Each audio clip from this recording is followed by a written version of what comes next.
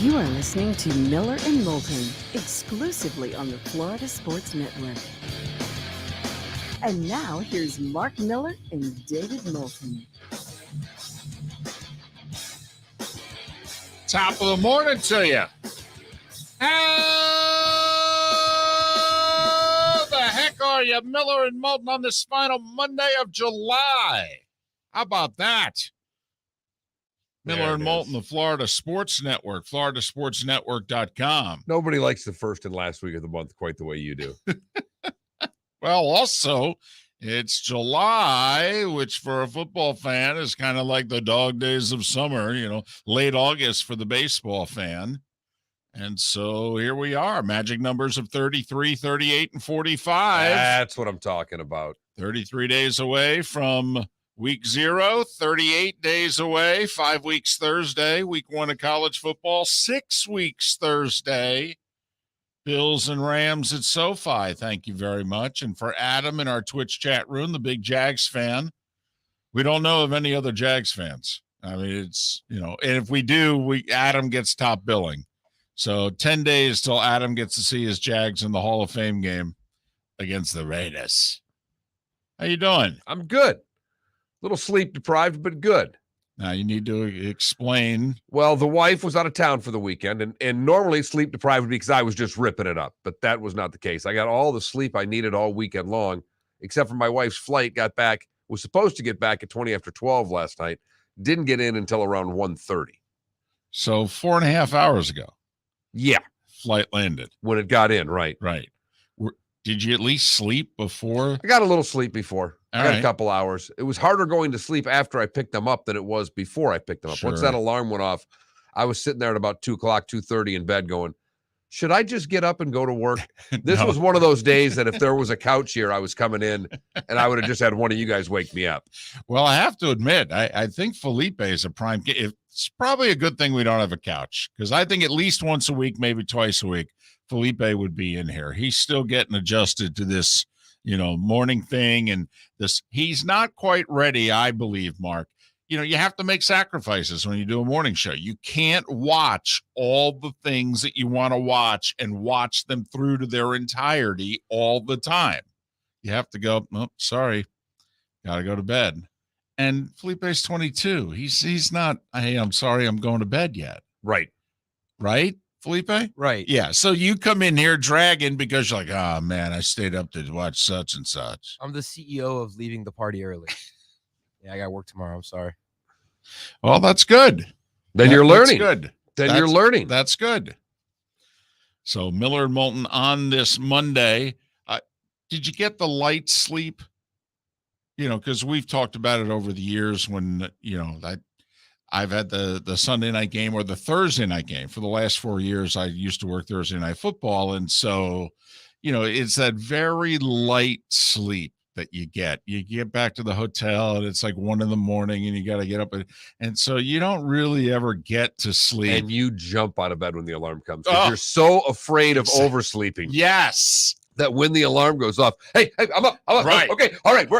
And it takes you a good 30 seconds to figure out where you are, who you are, and where the alarm is to shut off, but you're out of bed. Exactly. But you're on your feet and you're ready to hit anything that moves.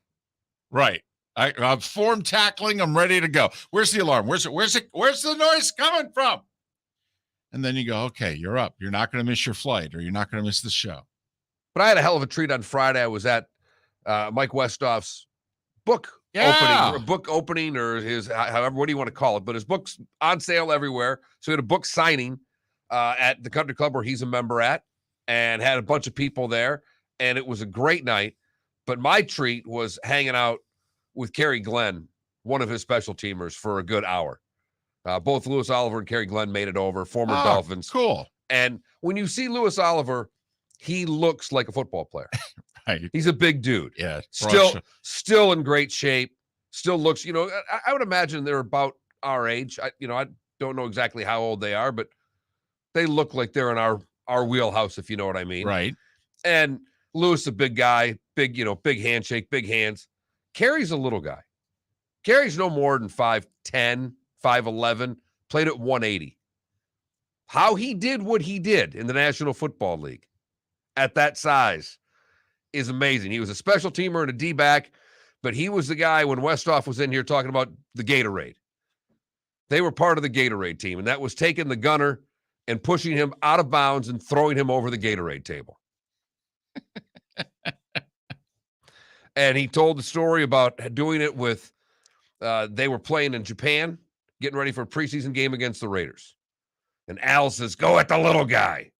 And they went at the little guy, and the little guy proceeded to take the gunner and throw him over the Gatorade table. He said, go at the little guy again. You know what happened the second time? The same damn thing that happened the first time. Love it. And Al ended practice. And what's not in the book that I got, he says, it's the first time Don Shula ever heard him talk crap, because Don never did that. Right. And he said, you want to go again? We'll do it again. Hey, little guy, do you want to go again? Yeah, coach, I'm ready. And he said Shula never talked crap, but that day he talked a little crap. Outstanding. So that was fun to see, to see those guys still, to see the love they still have for Mike Westhoff, their coach, and right back at the players. It was a fun night. See Mike signing books and in all his glory with all the special teams videos and stuff up there and his some of his playbooks and all that. So it was a great night Friday night to experience that. And you're right, Lewis Oliver's 56. I figured they were at about right in between us. Well, my age. Yeah, I figured they were in our wheelhouse though. They look a hell of a lot better than we do. Though. I mean, well, a lot of people in their 50s look better than we do. It's part of our charm. Miller and Moulton here on the Florida Sports Network, floridasportsnetwork.com. Do you know today, it's not exactly, but it is in a way. Today is like an anniversary for us. The first show that we ever did together was at the very end of July on a Monday. It wasn't the 25th of July like today was, but it was the 24th of July. All right. Now that you say that, I know that's when we got things going right before a football season. And it was down the hall. Yeah, because this wasn't even built yet. No, this part of this building was not built yet, but it was down the hall in what we affectionately refer to as the asbestos closet. And anybody that was wonders why we were exited from buildings. We're giving you a lot of clues, a lot of tells coming right now, folks. And that was our first act. Was 16 years ago, essentially today. Oh, good God. That's for your wife if she's listening. And Felipe, I don't know if you've gone down the hall. I mean, you have, and you've walked past that studio on your way to the restrooms and the, coffee and water and all that. But I mean, first off, that asbestos closet, they removed the asbestos, they cleared it out. I mean, trust me, we were not in a studio that nice at all. And you were in the same room as us. There was no glass. Yeah, understand when you look partition. at that room on the left, there was 3 people in that room doing the show all at the same time. Right. So you had to answer the phones and you had to do everything that you had to do. And you had to do it. Do it like this. Hello, because like 3 to 5 feet away were us two yahoos doing our thing. So how long until this was built? Not long. It was under construction when we started. It was Right. supposed to have been done by then, and I was only a few months before we moved down here. So yeah, but it was fun. And when I say fun, I mean no flipping way. It was cozy. I will say that. We were close enough to always hit one another. Yes, we were. Wasn't hard getting a hold of the other person going, hey, I want to talk now. Right. You just hit him in the arm and said, it's my turn. In fact, I mean, we're both only children, but we were close enough where, as we've seen many times, brothers just hit one another. We could have just punched the other in the arm going, shut up, my turn. Very much like that Manning ad running through Bristol, the Sports Center ad with the Mannings running through Bristol. Yes. If you wanted to give a wet willy to your co-host, you were able to do so without anybody really being the wiser. But 16 years. Oh, good God. Wow. Yes. So there you go. And it only seems like 30. Wow. I mean, if you think about everything that has gone down, not just in our careers, but in our lives. All right. And we care deeply about each other. But I mean, a lot's gone on. Yeah. And as we've affectionately referred to, that was the first day of our first act, and this is Act 3. Somehow, some way, they keep giving us a shot at this. We're hoping this is the last one, and we do this for a while. This really does need to be the last act. Like you said, I'd love a good decade, run. I'd love the third act to be as long as the first act, but I never say never to anything anymore, David, because I never thought there was going to be a second one. So the fact that there's been a third, who knows what lies ahead for the two of us. So a big day for the two of us, so to speak. Miller and Moulton on this Monday. Let me tell you, wow, did a lot go on since we last did a show. I mean, damn. So much for the late Friday news dump. Also, no kidding. I mean, you and I don't follow this anymore, but, we did in our younger days. But, I mean, Friday night, word comes out, Vince McMahon retires. You and I don't do wrestling anymore. I haven't done wrestling since really this century. I mean, as the 90s were forming into the 2000s, when The Rock came onto the scene, The Rock originally, not, however many times he's come back and done whatever, I haven't paid attention to any of it. But the first go around, all right, I was following The Rock. Early 2000s for me, because I did guest manage at an AEW match. Really? Yeah, there was two women and I was the guest manager for one of them. And the guy from the Rock station down the hall was the guest manager for the other. And so we got to go. Did you have to do anything, say anything? Not really. So it's like being a Washington General. 100%. Right. They put the uniform on you back in the day and they would say, just stand here and whatever you do when the Globetrotters break out a routine, you don't move, you don't speak. I just remember that the two were supposed to hate one another, and we tried to get a picture with all four of us, and the one girl's like, I can't take a picture with her. Like, all right, I get that. That makes sense. As we're all sitting there talking, like, can we get a picture? Exactly. Like, no, I can't take a picture with her. Right. We can take a picture, and then you all can take a picture, but we can't do it together. Right. We're going to have dinner together after, but no, I can't take a picture with her. Oh, that's cool. So that was AEW. AEW. Now, see, I was just a WWF/WWE guy from where I grew up, but you had the WCW and the AEW, you had all that. We could throw an acronym together with the best of them, David. Miller and Moulton. We will actually talk to a wrestling person later on in the show, and that will be a first in 15, 16 years together. Miller and Moulton, the Florida Sports Network. Golfers, are you bored of the same old driving range warm-up routine that's not getting you the results that you want on the course? Power up your golf swing by adding resistance bands to your range sessions with the Orange Whip Golf's Power Strap Kit. Featuring band attachments to your feet and hips, Power Strap resistance training will boost clubhead speed, increase power, improve flexibility, all with just a few swings. Buy a Power Strap Kit today.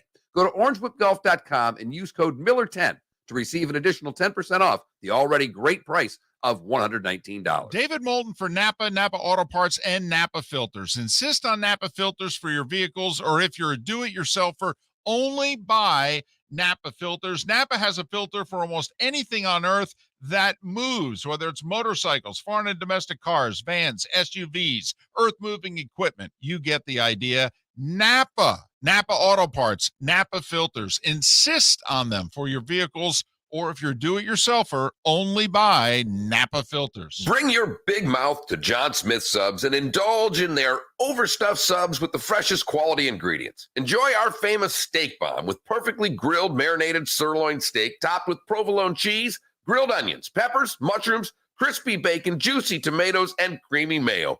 Boom! Made-to-order crispy fries can be paired with the Gator, the Cuban, the Chicken Bomb, or the Italian. Love local. Eat delicious with John Smith Subs. Find a John Smith Subs location near you today. Mark Miller for SWFL Golf Carts, or online, flgolfcarts.com. If you're looking for a golf cart, an e-bike, or an e-motorcycle, go visit Alex and the gang at SWFL Golf Carts. flgolfcarts.com online. Check out their whole inventory. If you're looking for a custom cart, they can take care of you. 2-seater, 4-seater, 6-seater, they've got you covered. E-bikes, nobody better for value and service. e-motorcycles. Check them out. Again, flgolfcarts.com. flgolfcarts.com. You were listening to Miller and Moulton on the Florida Sports Network.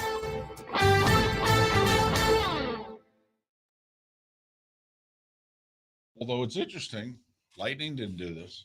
You know, when No. they got swept in No. 2019.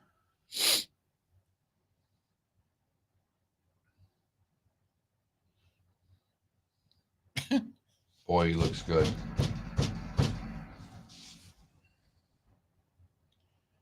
Holy thickness.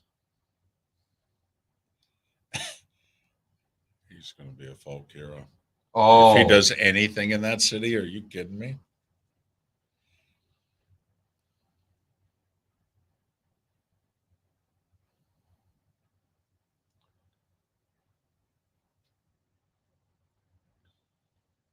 I thought it was an Padres interesting decision to pitch Players to look him. like UPS drivers on the road.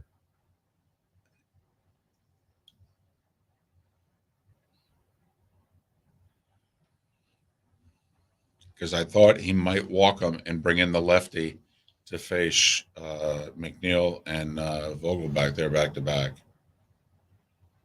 instead they just blew the game open.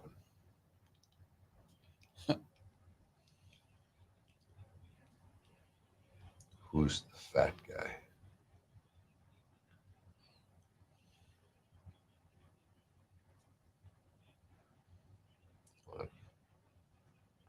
Got to catch that. Yes, you do. I mean, still would have driven it a run, but So after I leave that thing Friday, I text one of my buddies. I'm like, "Are you at the club still?" And he's like, "Yeah." He goes, "I'm going home, shower, I'm coming back up." I'm like, "All right, I'll meet you up there." So there was a bunch of people that I knew up there. They wanted to get the Red Sox game on, even though we don't have the package. And Gino just kept going. 6-0. It's 11-0. Just kept giving the scores out. I'm going, holy shit. what was it 28-5? It was 25-3 in the fifth inning, David. Remember 10 years ago, but the Rangers put 30 on the board in Baltimore, 30-3. right. And that's what I was wondering when I watched them put the 11th spot up, and I go, "Ooh, they're going for 30." It's unbelievable.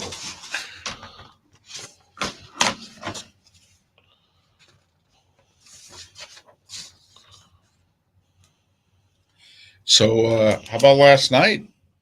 They interviewed the Mets left fielder during the game. Yeah. Yeah, I noticed that. Listen, if they can do more of that, I was fading in and out watching that because I knew I had to go to bed, but I was like, all right.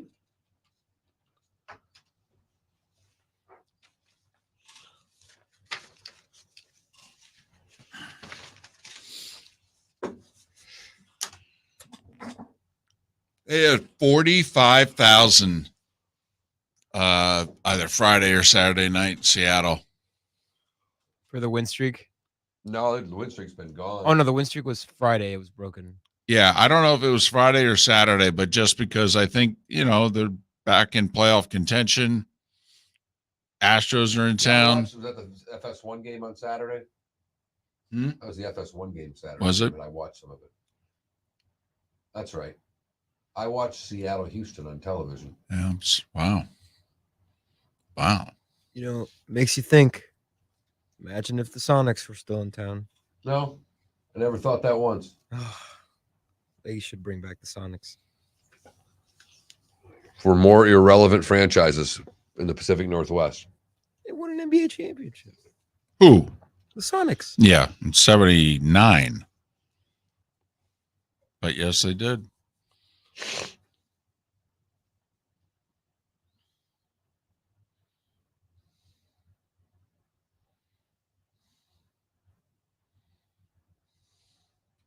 Did I read that correctly? His nickname was the Cuban Comet. Mm-hmm. What a beast.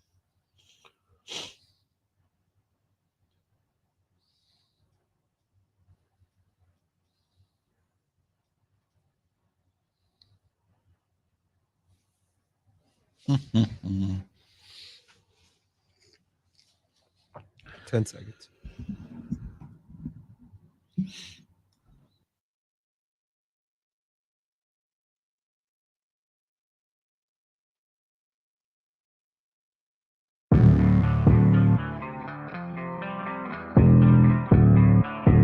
Thanks for listening. And now, more of Miller and Moulton on the Florida Sports Network. 21 minutes past the hour, top of the morning to you. Miller and Moulton, Florida Sports Network, floridasportsnetwork.com. 33 days away from week 0. 38 from week 1 of college, 45 from Bills and Rams kicking off the NFL season. And by tomorrow, Mark, every team has got their guys in training camp. Well, start paying attention to the pup list then. That's right. And by the way, there's a lot of guys on it. I know. A lot of guys on it. May want to hit the old internet if you haven't about your favorite team. There seems to be a half a dozen guys on each team. Jets got a couple. Packers got one. Colts put 6 on it at the start of workouts. The Ravens put like 8 on Friday on the pup list. So may just want to check it out. I mean, sometimes it's just a couple days. It's a procedural thing. Hey, they're not ready to start working out yet. Put them on the pup list. You can be removed from it anytime. Right. No consequences. That's why literally every single guy who's on it is on almost for a different reason. And it's why you need to pay attention to your team. You're absolutely right. Whoever you trust for your training camp coverage, check, because the pup list could be nothing and it could be something you need to be paying a lot of attention to. And 10 days away from the Hall of Fame game for those of you who just want to see helmet and shoulder pads. By the way, Tampa lost their XFL franchise, Mark, but Orlando gained one. We are the Florida Sports Network. I just thought I'd keep you up to date on all things football. Tampa, after 1 year, kicked out. So was New York and LA. Kicked out of what? Remember, the XFL came back before the pandemic. Right. And then they played a year or half a year or whatever it was. And Tampa had a franchise. You know what I wish right now? We were in that other studio where I could hit you.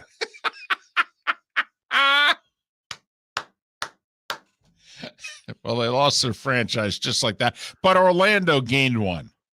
That's great. I knew it when I saw. I knew there are certain things in the morning or late at night that I read, but when I read the XFL has announced 8 cities for 7 years from now when they might play football again, I knew it was coming at some point this morning. It's February. They're starting like a week after the Super Bowl.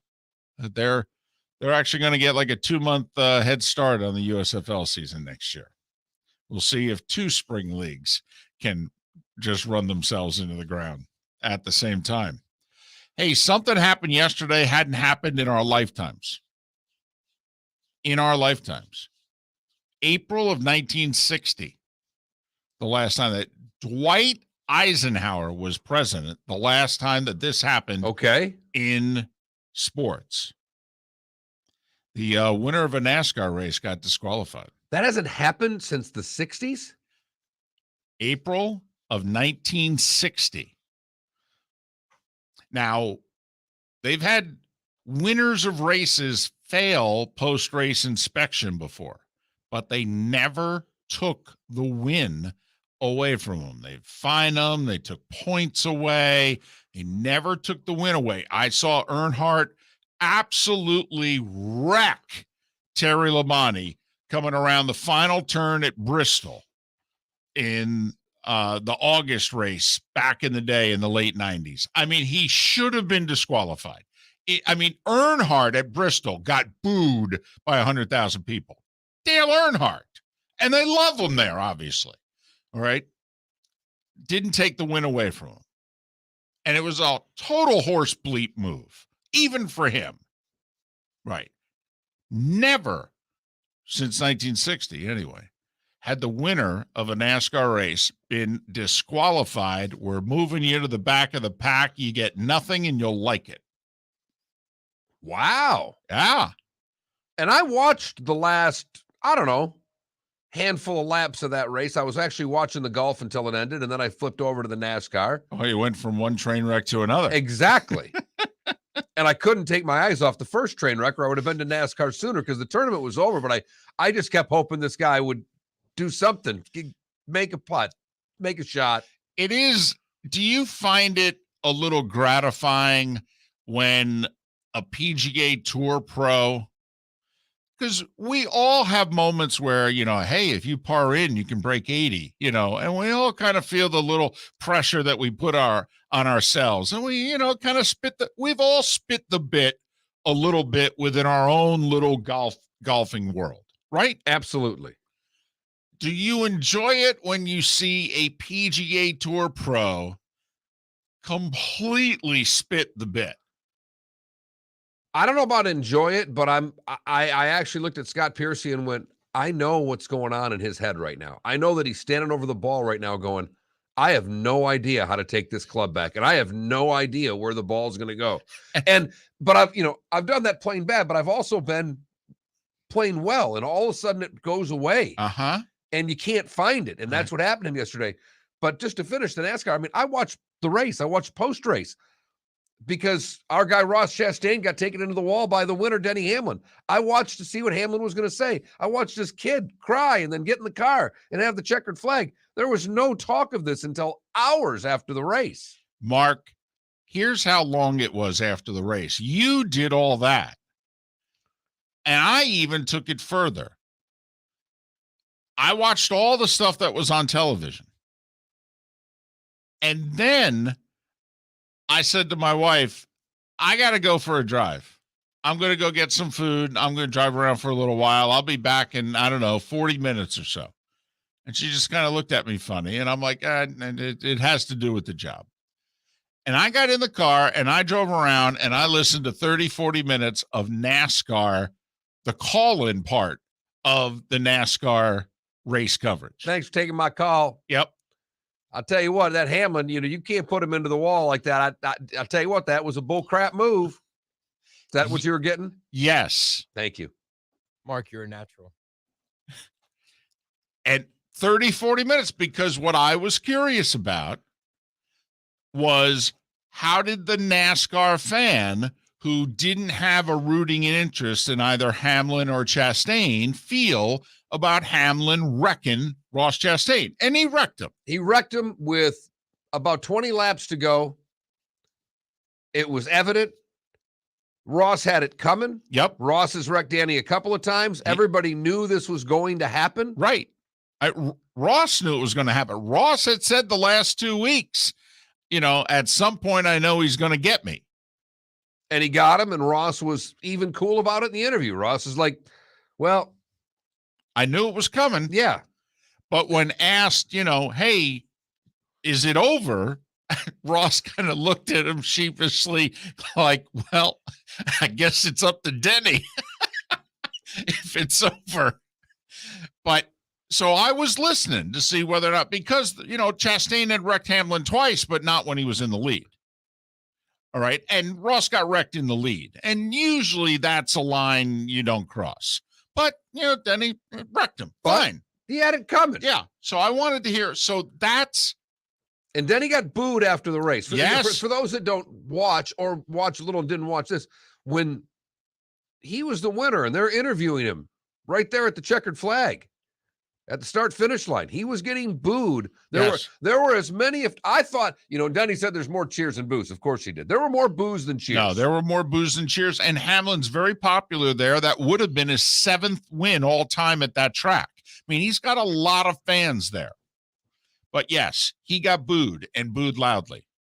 And it turns out 2 hours after he got booed loudly, NASCAR said, yeah, you failed post-race inspection. And your teammate who finished second, yeah, well, you guys had the same car, so he failed it too. You guys are DQ'd. There's 36 cars in this race. Denny, you're 35th, and Kyle Busch, you're 36. So the irony of ironies is Ross Chastain finished 3 spots ahead of Denny Hamlin, even though Hamlin wrecked him. So, yeah, a little solid finish, solid day of NASCAR, and the rivalry between Hamlin and Chastain continues. And are we now going to have to throw out the motto, if you ain't cheating, You ain't trying. Miller and Moulton, Florida Sports Network. Bring your big mouth to John Smith Subs and indulge in their overstuffed subs with the freshest quality ingredients. Enjoy our famous steak bomb with perfectly grilled marinated sirloin steak topped with provolone cheese, grilled onions, peppers, mushrooms, crispy bacon, juicy tomatoes, and creamy mayo.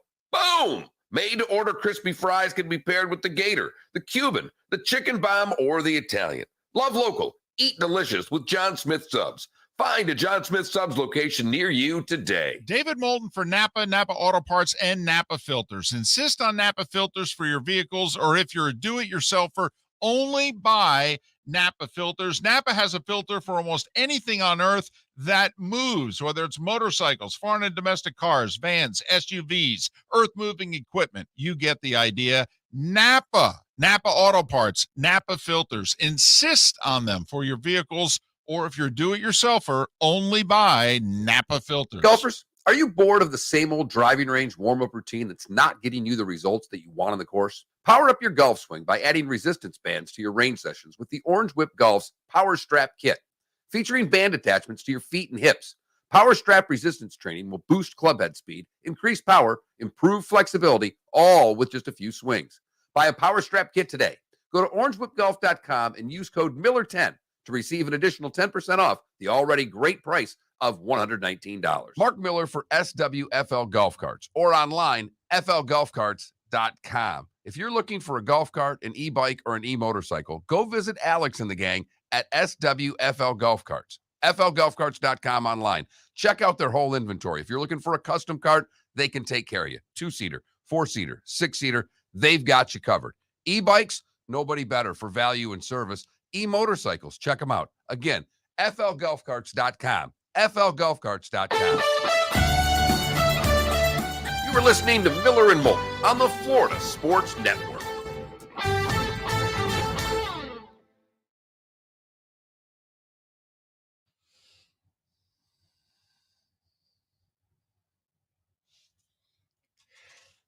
When I tell them first meeting, put my arm around up on the coach, I say, first meeting, put that ring on. Totally.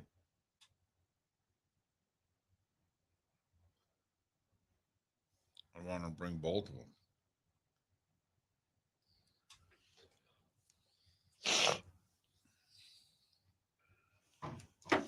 Although he probably didn't get the Rams one yet because they just Yeah. did it.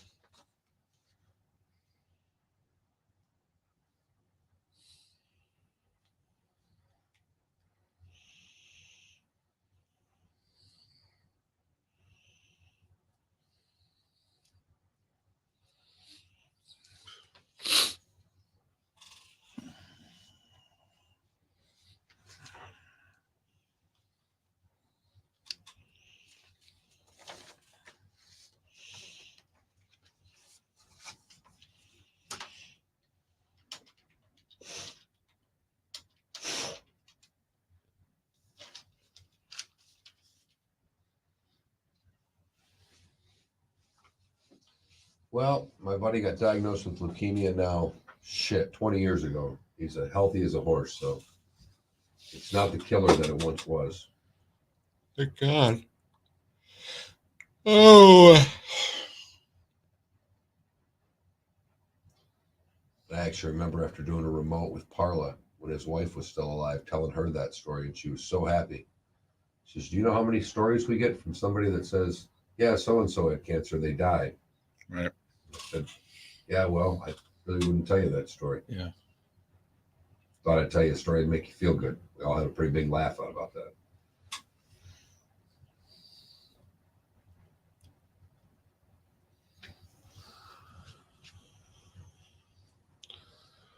I know they've got nothing else to show, but man, do they show a lot of WNBA highlights.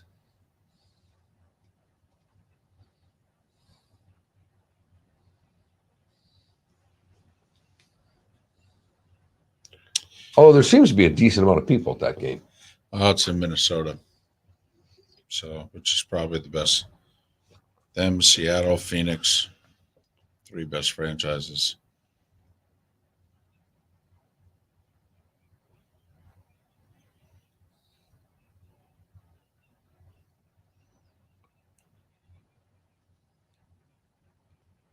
will say the quality of play is light years better than it was 10 years ago. Right, but I mean, like this right here is one of the best franchises. No, they're playing on Butler's court. There's no, I mean, I guess. No. But they've decided, to stop playing in the arenas that are empty. I understand that it still should look like it's their court. No, I Spend don't disagree. the $30,000 to make it look like it's your court. I agree. But I'm with you on the smaller arena thing, but you got to make it look like it's a home game.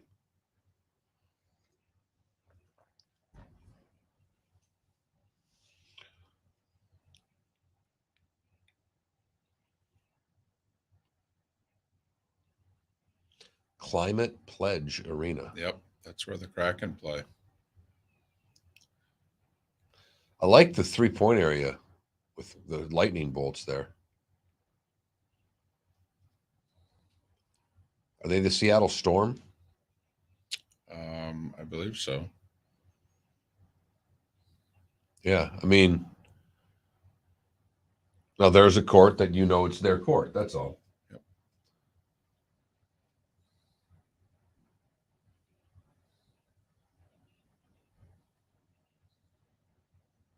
How's what's her face doing? Is she getting any playing time? I don't think so.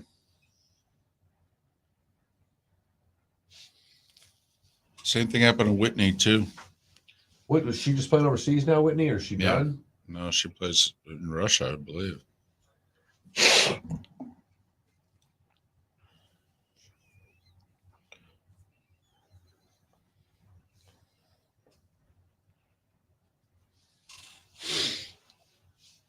Well, Adam Nowody won the 660. It's 790.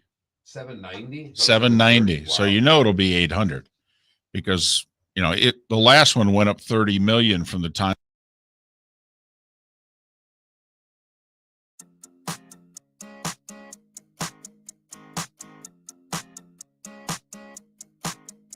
You're listening to Miller and Moulton, exclusively on the Florida Sports Network.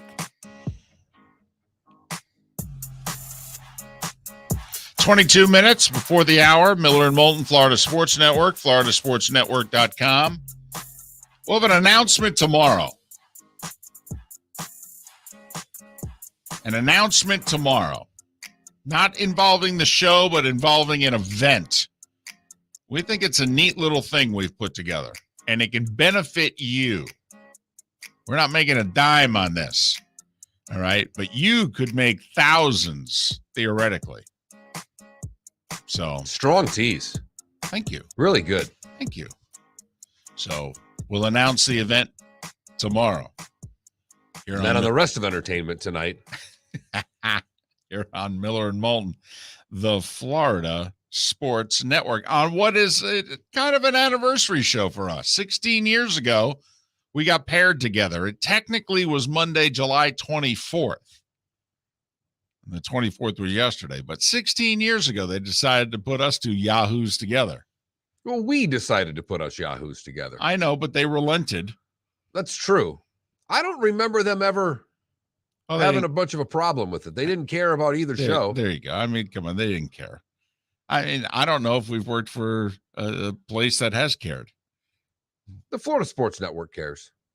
At least that's my story, and I'm sticking with it. Well, I will say we get enough emails. So, if the number of emails shows the amount of caring, then you're right. And everybody knows our names. Yes, they do. First and last. Well, I mean, we give them a big clue with the last. I know. I mean, we've named the show after it. That's part of the reason we did it. All right, let's do this. The starting five. 5 stories you need to know. It's the starting 5 on Miller and Moulton. Here's number 1. Hall of Fame weekend for Major League Baseball. David Ortiz, the headliner, got in on the first ballot. First, true DH to be in. He was one of 7 inducted into the Hall of Fame. Tony Oliva, Jim Cott, also in the Hall of Fame. Minnie Minoso, Gil Hodges, Buck O'Neill, and 19th century pioneer Bud Fowler. also inducted posthumously. But David Ortiz gave a terrific speech, animated, little English, little Spanish. All right, it was funny. It was good. It was good. And then obviously a lot of Red Sox fans at Cooperstown. It's, a few hour drive, and the weather was good. And big Twins weekend, though, with Oliva Cott, because Cott was on the Twins really the first chunk of his career. I think he had 2 wins in the 65 World Series when they lost in 7 to the Dodgers. He threw a 5-hitter in Game 7. Problem was he went against Koufax. That would be a problem. On 2 days rest, and Koufax threw like a 3-hitter. Lost 2-0. That was actually when they put the ball in play. Right. As for the games yesterday, and you may have not been paying attention, but, the All-Star game was last week, so coming out of the break, Rays lost 2 of 3 to the Royals. That's not ideal. 4-2 Kansas City. Yankees took 2 of 3 from Baltimore. 6-0 the final yesterday. Judge hit his 37th. Toronto swept the Red Sox. 8-4 the final. What was that Friday score? 28 to like 5. to 5. It was 23-5 through 5. So 8-4 yesterday. Friday was 28-5. Toronto sweeps the Red Sox, who are now 500. Well, think about it. They got swept by the Rays in a 4-gamer, lost 2 of 3 to the Yankees, and now, do the math. That's losing 9 out of 10. They're now 48-48 on the season. Toronto is now in second. Good news is they won't have to play a lot of divisional series for a while. Well, good, because they're 0-11-1 in the division.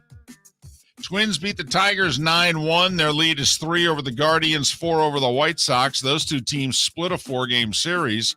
White Sox winning yesterday 6-3. Credit the White Sox. Cleveland swept a doubleheader against them on Friday. White Sox came back one Saturday and Sunday. But Twins leads 3 over Cleveland, 4 over Chicago. Marlins took 2 out of 3 in Pittsburgh. That scoreless streak reached 38 because they didn't score to the 4th or 5th inning Friday. And then they exploded with a bunch of runs. But, it was 34 innings going into that game, and it was the 4th or 5th in which they scored.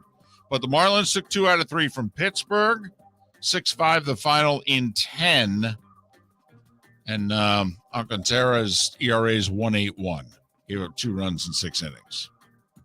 Mets beat the Padres 8-5 to avoid the sweep, and they actually gained a game on the Braves, who took 2 out of 3 from the Angels, but lost yesterday 9-1. So Atlanta's just a game and a half back of the Mets in the East. Bad news for the Braves.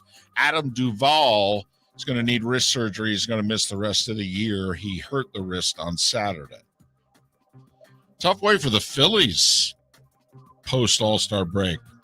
They got swept at home by the Cubs. 3-game series, 4-3 Chicago. Ouch. Brewers beat the Rockies 10-9. Cardinals lost to the Reds 6-3. Milwaukee's lead in the Central's 2.5. A little bit of a story in St. Louis. Goldschmidt and Arenado. Their 2 best players. Yeah, neither one of them apparently got the vaccine because Cardinals are heading to Toronto, and who's not? Neither of them. Right. And as a few people have pointed out, they're like, close race between the Brewers and the Cardinals. Let's see how St. Louis does. Now, remember, Kansas City had the 10 guys who couldn't go to Toronto, and they went to Toronto and actually won a game. But we'll see how St. Louis does the next couple nights in Toronto. Houston 8-5 over Seattle. The Astros. Remember, Seattle had won 14 straight heading in the All-Star break? Then they're home to face the Astros. People showing up at the ballpark. They drew like 100,000. Yes, they did. For the 3-game series, and they got swept. Yes, they did. 8-5 the final. Houston's just a game and a half behind the Yankees for the best record in the American League. That's 5 straight out of the break for the Astros because they won that double dip against the Yankees to start the second half. Correct. 4 days, 5-0. Uh-huh. That'll play. It really will. Their lead is 13. It's actually a half a game bigger than the Yankees' lead over the Jays. I think it's fair to. Well, they had something to actually get hyped up for in the series against Seattle. Right. Seattle had won all those games. They come in and hey, if they win 2 or 3, they're only this bad. They could con themselves into that being a big series. Yeah. Seattle is still the 6th seed, though, in the American League. They have a 2-game lead over Cleveland for the final playoff spot. It's because Boston loses every time they play. The Dodgers swept a 4-game series from their arch rival Giants, 7-4 the final. Nats beat Arizona 4-3. By the way, you know who's supposedly the leader in the clubhouse to acquire Juan Soto? The St. Louis Cardinals. Now, just imagine Goldschmidt, Soto, Arenado, 2, 3, 4, righty, lefty, righty in that lineup. With all of these guys under contract through at least 2024, you got to think they'd do some damage. Texas beat Oakland 11-8. Here's the deal, though. We said, would the A's draw 10,000 for any of these games? They did on Saturday, 10-190. But for the 3-game series, they drew less than 27,000. They averaged 8,882 fans per game. And we thank you. They got to be going to Vegas, don't they? For No, attendance like this? But do you blame the fans? No, not at all. But we know, but it's kind of a chicken and egg thing, though. It really is. I don't think these attendance figures have anything to do with whether or not they're staying, though, I guess is what I'm saying. All right, that's fair. NASCAR, as we mentioned earlier, Denny Hamlin wrecked Ross Chastain with 16 laps to go to take the lead, held off teammate Kyle Busch on a restart to take the checkered flag at Pocono. Would have been his 7th win at Pocono, would have been his 49th win all time, tying him with Tony Stewart. Only for 2 hours afterwards, he and his teammate Kyle Busch were DQ'd. The Toyotas failed post-race inspection. Something to do with the nose cone, the front fascia, for those of you who know about automobiles. Nose cone. The nose cone, huh? Right. As the NASCAR officials said, that created issues with that affect the aerodynamics, and that's an automatic disqualification. Really? They hadn't DQ'd a winner since April of 1960. So 3rd place finisher Chase Elliott, who never led a lap, is your winner. Gets another win, gets even more ahead of everyone else in the playoff. That's 4 now for Chase? 4. Yep. And the irony of ironies, Ross Chastain, who got wrecked when he was in the lead by Denny Hamlin, payback for the 2 times earlier this year that Ross had wrecked Hamlin. Hamlin gets put at the back of the crew. He's 35th, Kyle Busch 36th. Chastain finished 32nd, got 14 more points in the race. Golf, Brooke Henderson, by the way, wins her 2nd major. Terrific tournament. The Evian in France, she had a late birdie to win by 1. Meanwhile, the 3M Open, Scott Piercy was running away with this thing. Had a 5-shot lead with 11 to play, had a 3-shot lead with 7 to play. He then plays the final 6 holes and 5 over par, 3 bogeys and a triple, thank you very much. While Tony Finau birdies 11, 14, 15, and 16, and next thing you know, Tony Finau's winning his 3rd ever tournament by 3. Well, he was supposed to win. He was the best player in the field by far in a weak field with only one top 25 player in it. He was that player, and he won the tournament. Concerning news out of the NFL, Houston Texans rookie wide receiver John Mechie, the former Alabama standout. Remember, he tore his ACL in the national championship game, and it was going to be a struggle for him to be ready for the start of the season. Well, he's not going to play this year because he found out he's got leukemia. He released a statement saying, caught it early, optimistic, I'm getting great medical care. And I will say Houston might be the number 1 city in America in terms of cancer and leukemia treatment. But so let's all keep our Fingers crossed and then some for John Mechie, who's battling leukemia. News you may have missed. Late Friday, Vince McMahon resigned as head of the WWE. Resigned, retired. I'm done. I'm out of here. Yeah, he had stepped down from a couple of the roles, but was still in charge of all of the scripts, if you will. He was in charge. I mean, come on. He was in charge. Not anymore. You say so. And his daughter took over. Right. You don't think he has, influence? It's kind of like That's what I'm saying. She's running the show now. So did he really retire? Well, or did he have to step down because he had to pay off everybody because he apparently slept with everybody in WWE? Well, he slept or with tried to. Well, he slept with at least 4 that he wrote checks to. And there was a blockbuster NHL trade late Friday. The Florida Panthers acquire Matthew Tkachuk from Calgary. They give up Jonathan Huberdeau, who is just their all-time leading scorer, and was like 4th for league MVP this year. They gave up one of their top defensemen in Mackenzie Weigert. They gave up a first-round pick and a prospect. Here's the deal, though. Tkachuk's 25. Huberdeau's 29. They then signed Tkachuk to an 8-year, $76 million deal. That's $9.5 million per. And Tkachuk's a stud. He is. He's a badass. He's a power forward, too, and there's like 8 of those in the NHL. But, I mean, I believe he's making more than like any of the Lightning stars at $9.5 million per.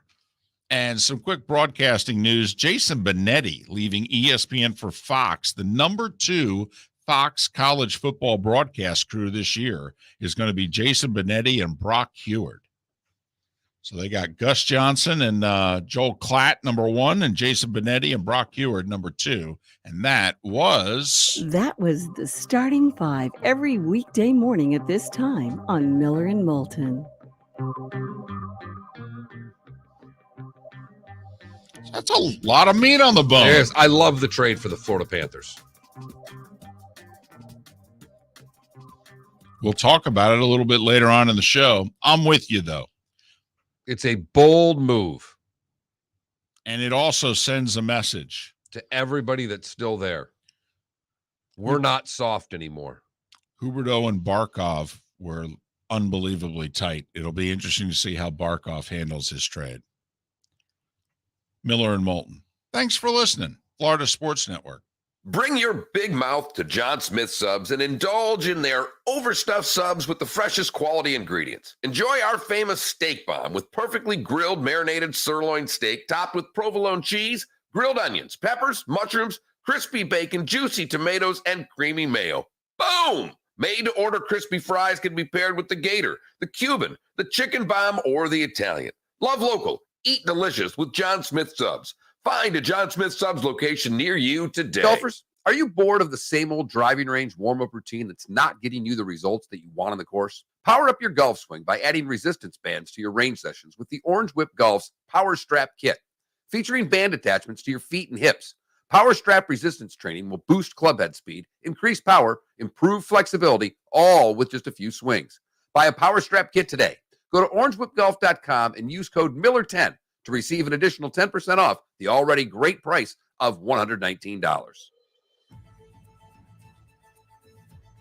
You're listening to Miller and Moulton, exclusively on the Florida Sports Network. So, David, I think you, as a huge fan of fast food, should go as one of the McDonald Land characters on Bourbon Street after the game. I'm thinking Grimace. Well, I've got the body type, the big round face. I was always a big fan. I mean, you're more of a hamburglar by nature, but body type, you're more of a Grimace. I like it. So you want me to drag this costume into the Ritz-Carlton in New Orleans? I want you to wear it in the booth, but I don't think that'll go over well. I think if you walked up as Grimace and stood next to Aikman in the booth, I think he'd fire you on the spot, and I don't think Buck would be able to do the broadcast. He'd laugh for 3 straight hours. Thanks for listening to Miller and Moulton, only on the Florida Sports Network. David Moulton for Napa, Napa Auto Parts, and Napa Filters. Insist on Napa Filters for your vehicles, or if you're a do-it-yourselfer, only buy Napa Filters. Napa has a filter for almost anything on earth that moves, whether it's motorcycles, foreign and domestic cars, vans, SUVs, earth-moving equipment. You get the idea. Napa Auto Parts, Napa Filters. Insist on them for your vehicles, or if you're do-it-yourselfer, only buy Napa Filters. Golfers, are you bored of the same old driving range warm-up routine that's not getting you the results that you want on the course? Power up your golf swing by adding resistance bands to your range sessions with the Orange Whip Golf's Power Strap Kit. Featuring band attachments to your feet and hips, Power Strap resistance training will boost club head speed, increase power, improve flexibility, all with just a few swings. Buy a Power Strap Kit today. Go to orangewhipgolf.com and use code Miller10 to receive an additional 10% off the already great price of $119. You are listening to Miller and Moulton on the Florida Sports Network. As well as Apple Music. I pay for both those right now. It's $31 a month for both of those things. And now we'll get knocked, now my phone bill is going to go down, and I'm taking $31 a month off of subscriptions. Just an FYI.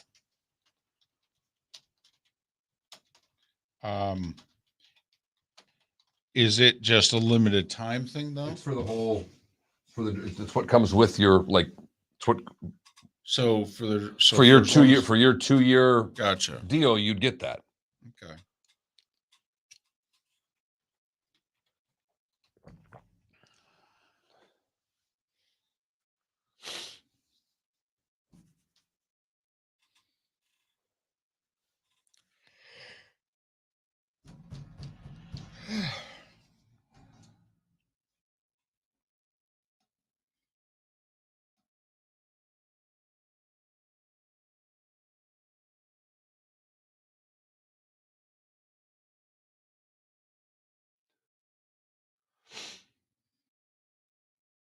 Is it bad that I went to Culver's?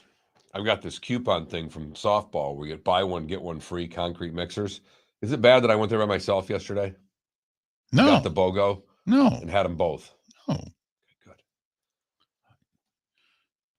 You got to admit, you're asking the right guy. My daughter had half of one in the freezer that I took down on Friday that she left. I was going to put a half back for her, like I didn't ever take it. And I'm like, why? She's not going to remember that it was in there.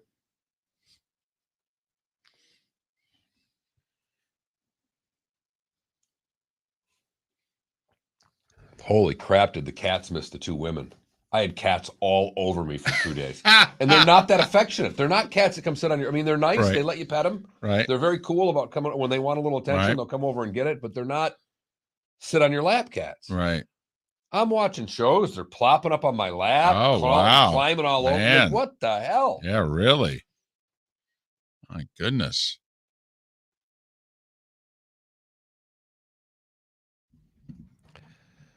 I wouldn't even know where to find a Sonic, Adam. That's the honest to God truth. Is there one by your house? Is there one on Restaurant Row there, on Fast Food Row? No, but there's one Gladiolus.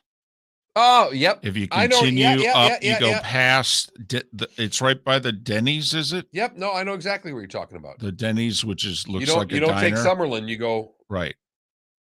Yep. I know exactly. Yeah, you're right. Yep. Yeah, and then Hamlin saying he put him to sleep too. That you catch that? Yeah. After he won, he did the okay.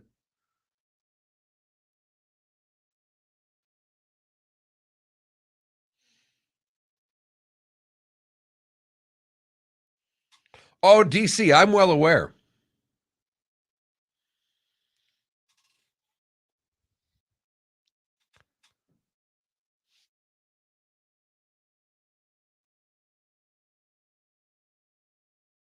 That Sweet Bay was a nice grocery store. That went to hell in a handbasket quickly. I think they're out of Portland. No, that's Albertson's out of Portland. Sweet Bay went down in a heap.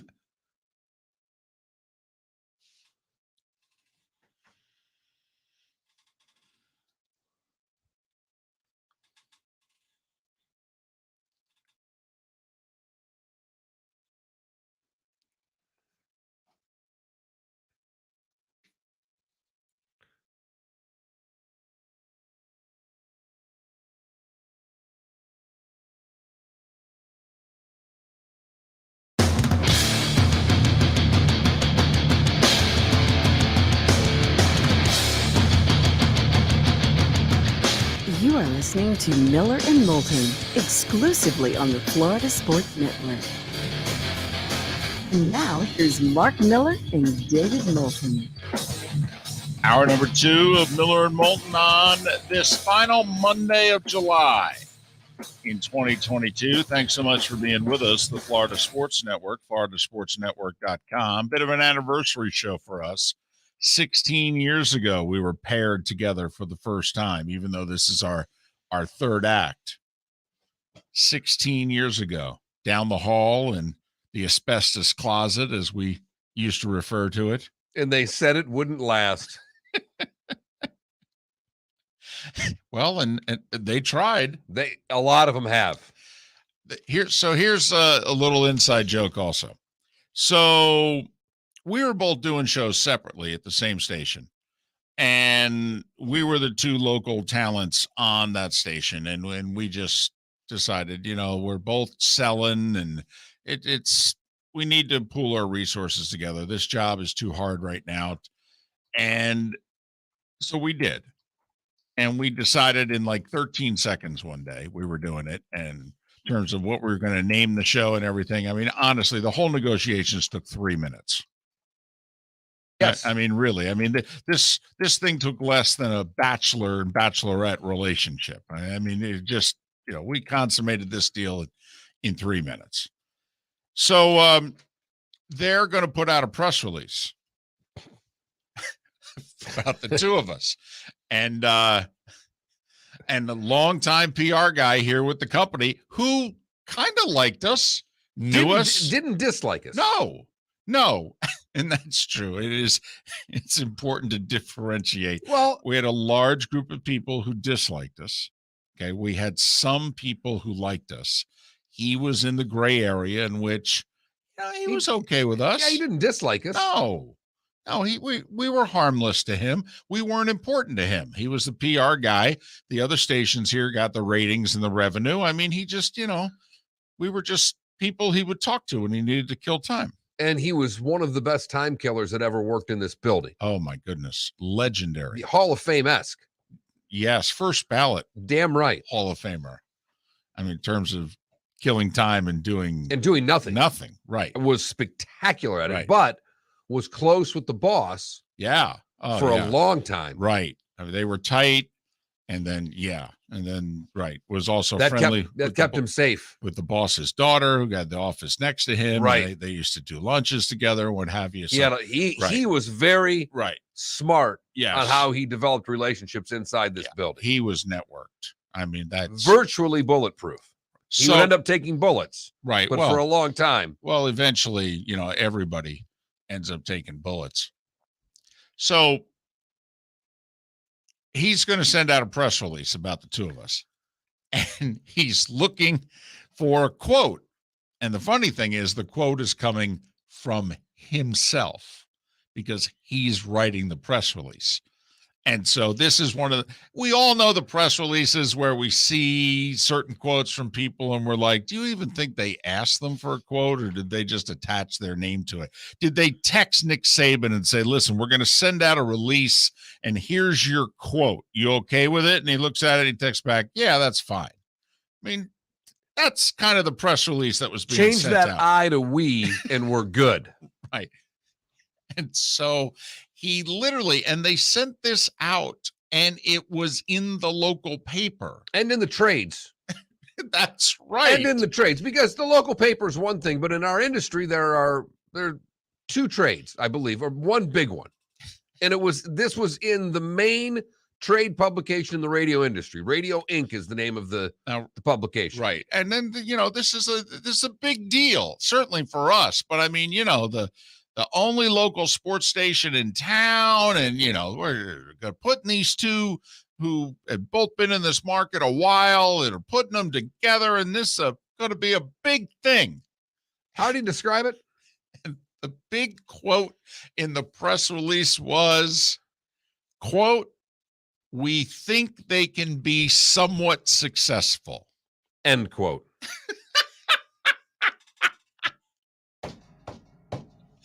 They didn't even think we could be successful. No. Somewhat successful. You know what? there's a part of me that almost like wants that to be our poll question today. On a scale of 1 to 10, what do you think somewhat successful is? Problem is, we don't have 10 choices. Right. The second problem is there's not enough characters to really describe Right. what it is most I people know. thought. But so there you have it. what's the worst thing your bosses have ever said about you publicly? Text the show. FSN radio is the keyword if you've never done so before. 21,000 is the number. Right. What relationship have you ever been in which you have felt that this is somewhat successful? Isn't that right at the point where both people decide in the relationship, yeah, I don't think this is going to work out? This is you have a great month with a woman. All of a sudden you move in together. By 6 weeks, you've realized, both of you have realized, this is going nowhere. And you stay together for another year. And finally someone says, you know, at best, this is going to be somewhat successful. Right. And it's time for me to run. So there you have it. 16 years later, I will say, though, don't know how wrong he was. I mean, is 16 years 3 acts, though? I mean, we've been thrown out on our butts twice, unceremoniously, both times. All right. Do you consider us successful, or ultimately was he right? We've only been somewhat successful. I would tend to agree with him.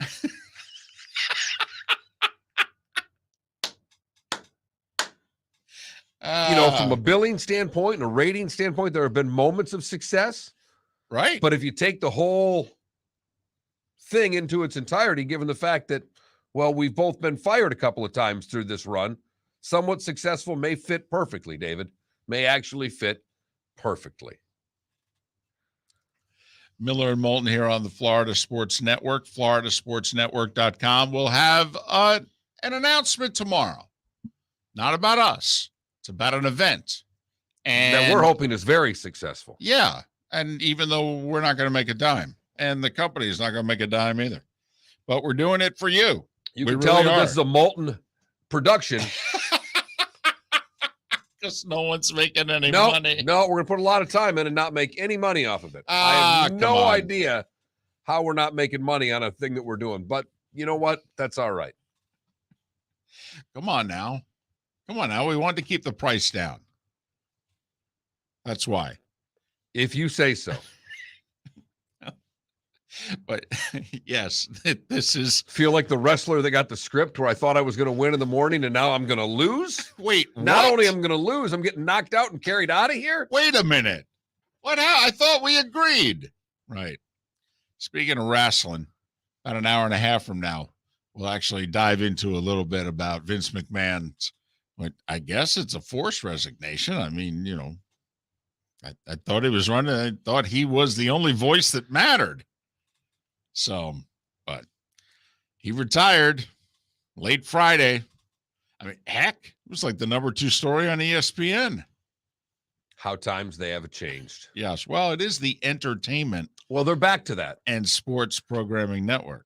That's how they used to announce themselves. Then they went to ESPN. They might as well go back to the old acronym after so many years. You okay with what NASCAR did? I mean, they didn't do what they've done in the past, which is when the winner of the race fails post-race inspection, they hem and they haw and they fine and they take away points and, maybe they suspend a crew chief for a month and bada bing, bada boom, but they don't take the win away. Well, it leads me to believe that they had a bigger problem with this, that this was a team-wide. If, they're doing it to both Kyle Busch and to Denny Hamlin.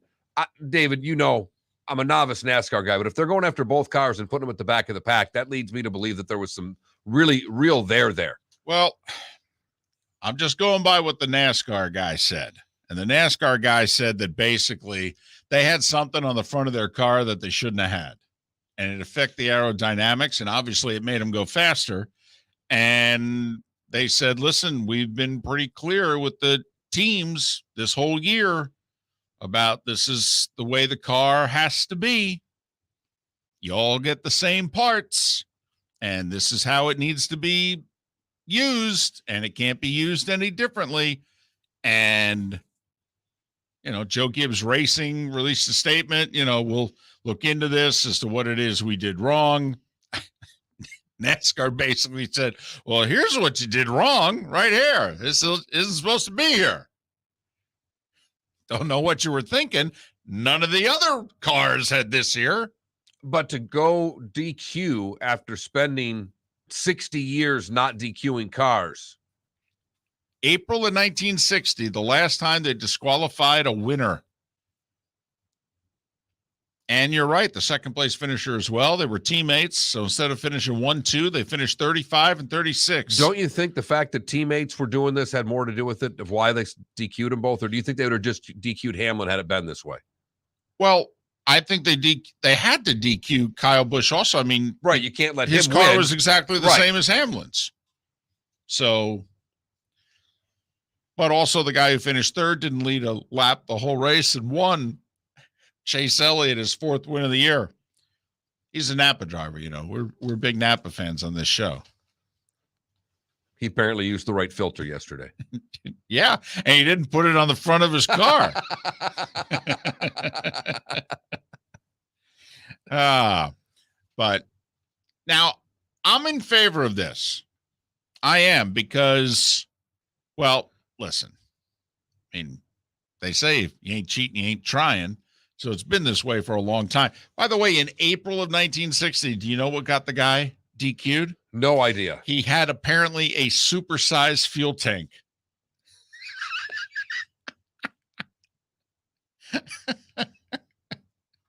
So they're like, God, we gotta disqualify you. I mean, your tank's like twice as big as everybody else's. Come on now.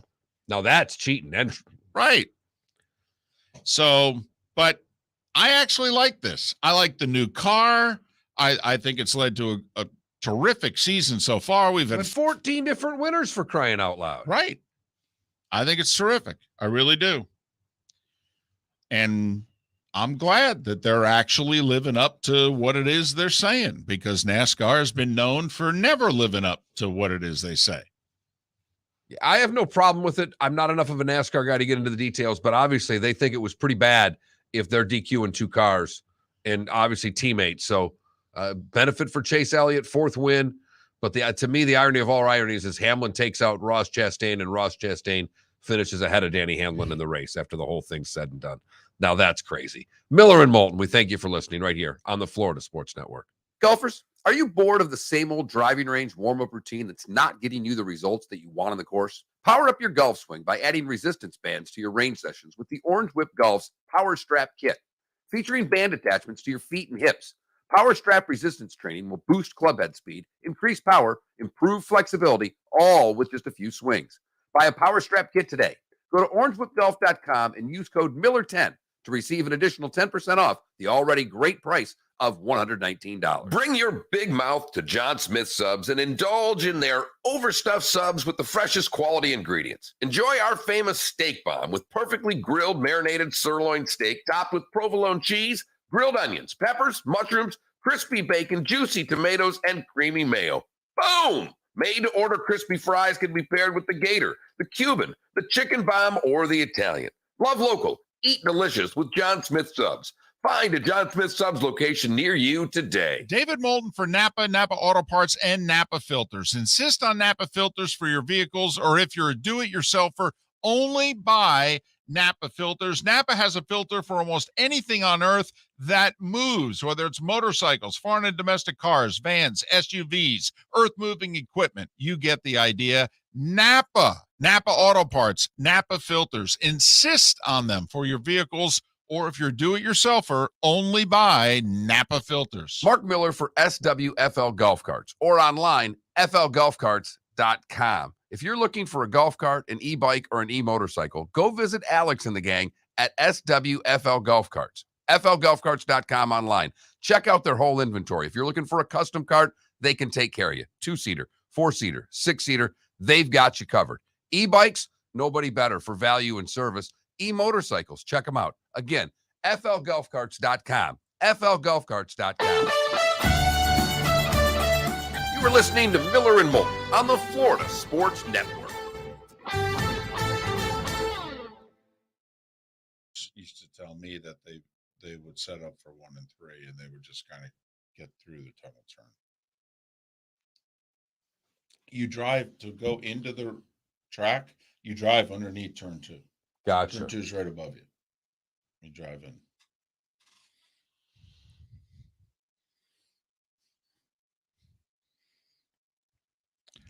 And technically, Steve, we got let go. She was midway through college.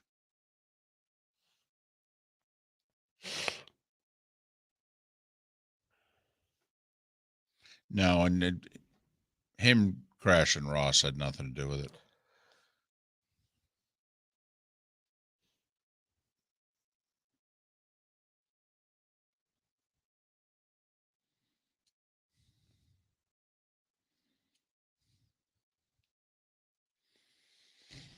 Mm-hmm.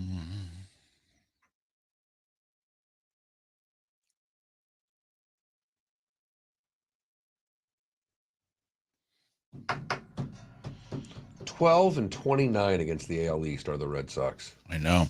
And yet they're still 500.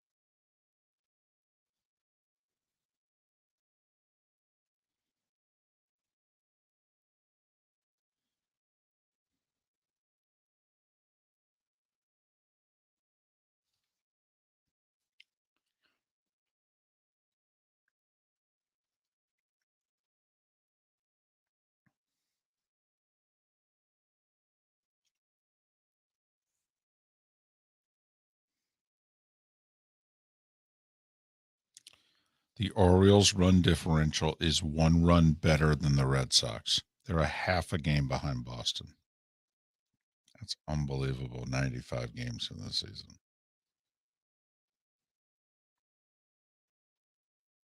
Mm-hmm.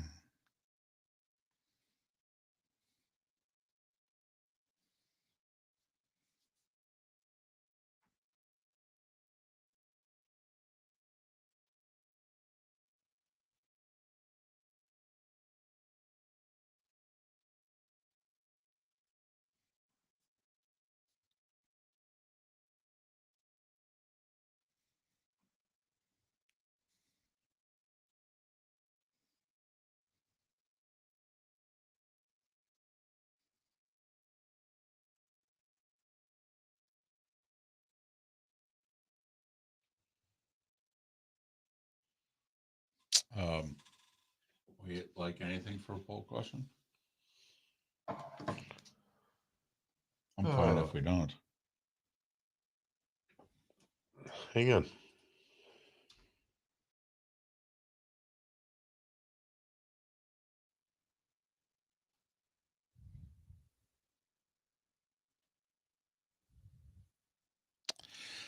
I'm guessing no, Lindy, because I don't know if Apple's even doing this to break even.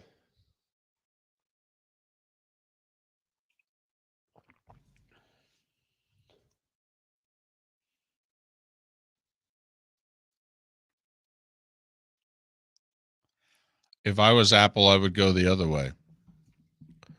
Well, I would never let you buy your team. I just wouldn't. I don't see how we've already trained you to buy the league, Hops. And I get what you're saying. I know it would be better for the consumer. And it would never be divisions. You'd either buy your team or the whole thing. Let me ask you this, Hops. If it was just your team for 200 or the whole league for 400, which would you do?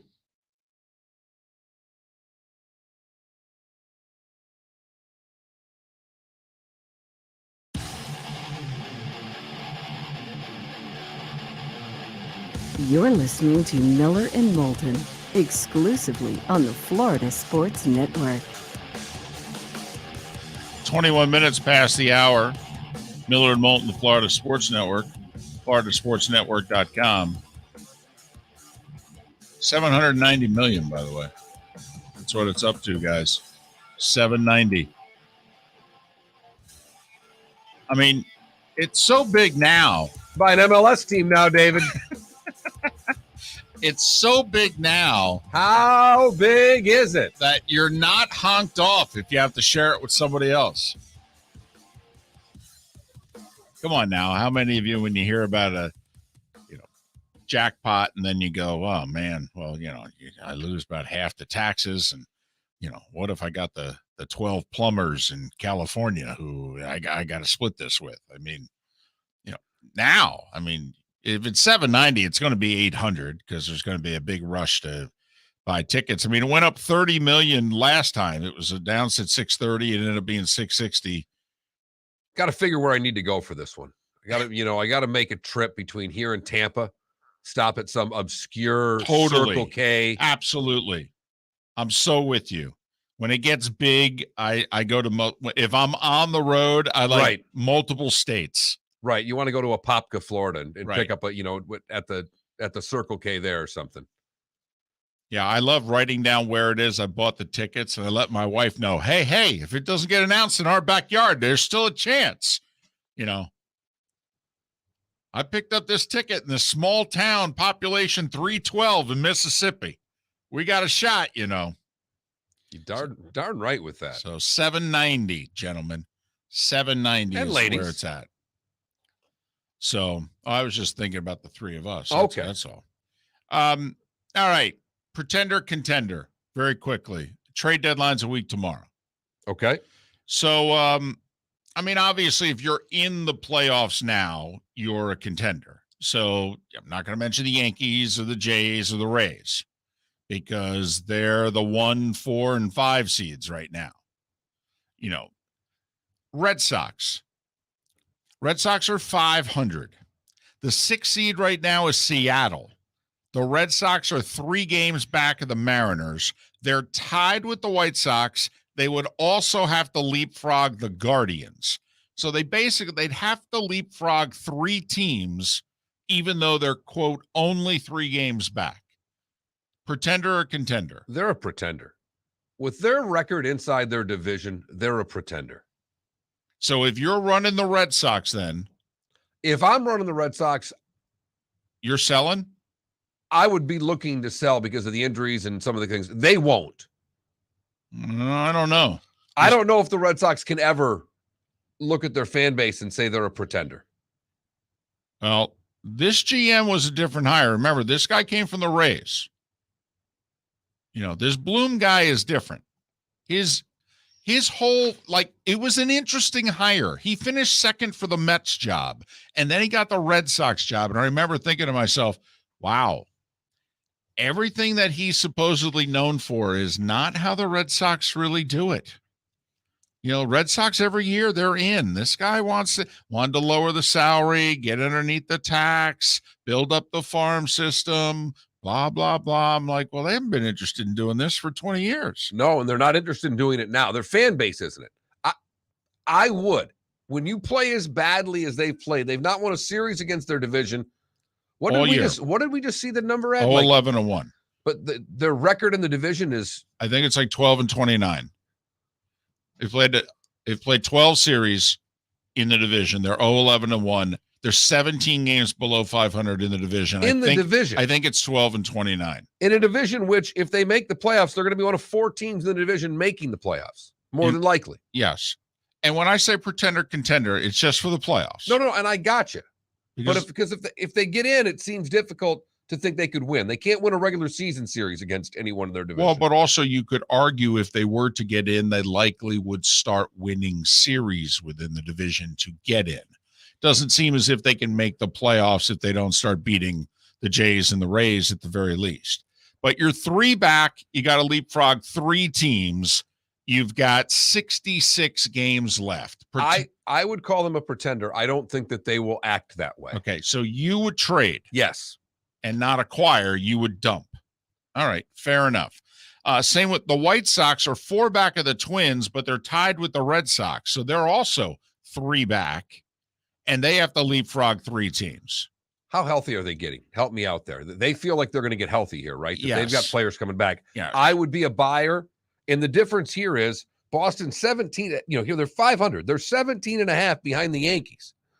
And they've got to pass 2 teams. One, they would never be able to come back from that many games. Secondly, you have to pass the Rays, the Jays to get to the Yankees. The White Sox are a game behind the Guardians. They're only 4 out of first. Right. 3 out of the playoffs, 4 out of winning the division. Yeah, I'm with you. I mean, they're in a similar position as to where the Braves were a year ago, right around 500. Braves are actually like 6 back, I think, heading into the trade deadline a year ago. Trade deadline is a week tomorrow. And here's the thing about the American League. Okay, Orioles, 3.5 back, a game below 500. They'd have to leapfrog 4 teams. I hate to say this. I'm not trying to dismiss the question. I would probably be neither. I would try to get it to the barn if I'm the Orioles. I'm going to probably call up a few guys. I'm going to rely on this young group. So, but I might even trade someone. Would you trade a Trey Mancini? I think away? I would. Okay. So you're I saying think I would. So you're saying pretender then? Yes. Okay. In the National League, the 6 playoff teams right now, the Mets, the Brewers, and the Dodgers are division champs. You've got the Braves, the Padres, and the Cardinals who are wild cards. All right. So now let's go to the Phillies. The Phillies are tied in the loss column, a game back of the Cardinals. 9.5 back in the division, though. But they're a game out of the playoffs. They're a contender. They're a contender. They're banged up. They're getting in as a wild card. But if you're the Phillies, I think you've got to go out and try. The Giants are a game above 500. They're 2 back of the Cardinals, only 1 in the loss column. Boy, I would have liked to have answered this question if they'd have gone 2-2 on the weekend with the Dodgers. Instead of 0-4? Instead of 0-4. Well, same with the Phillies, who got swept at home by the Cubs. I mean, just, we could be thinking totally differently of both of these teams had they shown any part of a pulse. Even over one the win. weekend. Yeah. Frankly, even one win. But they're both within, they're tied. The Phillies are tied in the loss column, a game back. Giants are 1 back in the loss column, 2 back overall for the final playoff spot. They're both big market clubs. They're both spending around $200 million in salary this year. They're both contenders. Absolutely. They're going to be acquiring assets 8 days from now. All right. You're Kim Ang, final team. You're the Marlins. Believe it or not, Mark, you're 4 back in the loss column, 5 back overall, the Cardinals. Now, you got 1, 2, 3 teams you got to leapfrog, but you're 4 back in the loss column. And to me, the other side of this is, what do they have to trade? Pitching. What does everybody want? Pitching. They should be able to get the bats they need. I think they should have multiple teams looking to trade with them. They could trade to the American League. I think they could do a lot of moves here. Would love to see the Marlins make a move. I would as well. But if you're running the Marlins, if you're Kim Ang, 8 days out, 4 back in the loss column, 5 back in the standings, 3 teams to hurdle, do you consider yourself a pretender or a contender? Or will these next 8 days decide? They're going to help decide. I think they're a pretender. They can't win series against the Pittsburgh Pirates, for crying out loud. That's twice they've had 4 gamers with the Pirates, and they've been able to split both. You got to do better than that against the bottom half teams in the league. They have 4 games against the Reds coming up today through Thursday. Better get 3. Yes. And it's not like they're losing close. They're losing bad to these teams. Yeah, well, and the 2 wins they've had in like their last 7, 8 games are the only games in which they've scored more than 1 run. I mean, they need bats, but they've got the pitching to acquire it. I say they're a pretender, but the next 8 days could change it. Miller and Moulton. We'll talk NASCAR. Disqualifying the winner after he wrecked the leader. Golfers, Are you bored of the same old driving range warm-up routine that's not getting you the results that you want on the course? Power up your golf swing by adding resistance bands to your range sessions with the Orange Whip Golf's Power Strap Kit. Featuring band attachments to your feet and hips, Power Strap resistance training will boost club head speed, increase power, improve flexibility, all with just a few swings. Buy a Power Strap Kit today. Go to orangewhipgolf.com and use code Miller10 to receive an additional 10% off the already great price of $119. Mark Miller for SWFL Golf Carts or online, flgolfcarts.com. If you're looking for a golf cart, an e-bike, or an e-motorcycle, go visit Alex and the gang at SWFL Golf Carts. flgolfcarts.com online. Check out their whole inventory. If you're looking for a custom cart, they can take care of you. 2-seater, 4-seater, 6-seater, they've got you covered.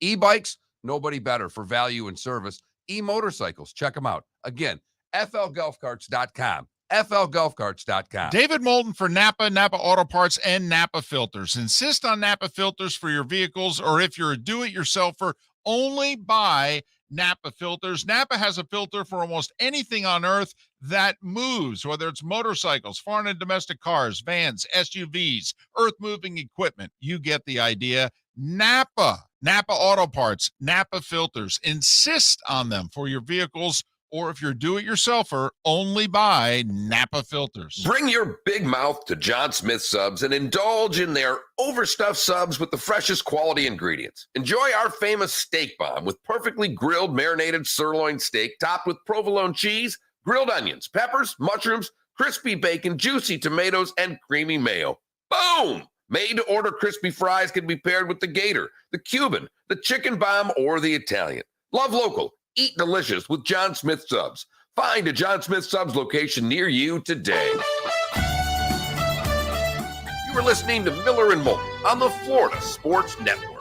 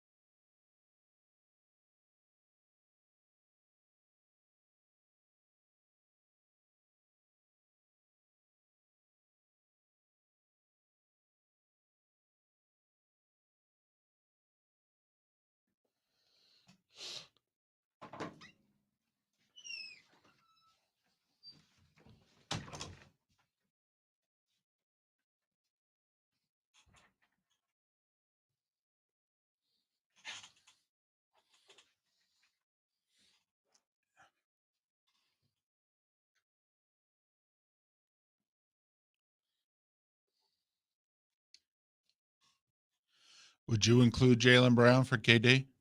Because I Hell would. no. Really? They just went to the finals without Kevin Durant. Yeah, I would. Someone just asked me that question like 20 minutes ago, and I said the same thing. Hell no. Mark just said there's nothing he wouldn't give up to get Kevin Durant. I think you put Kevin Durant in. If Tatum's the second best player on your team, you're going to win a ring. At some point, you're going to win a ring. It's a good point. But would it just be Brown for KD straight up? Well, no, there'd probably be 3 first-round picks and, a spare part. I mean,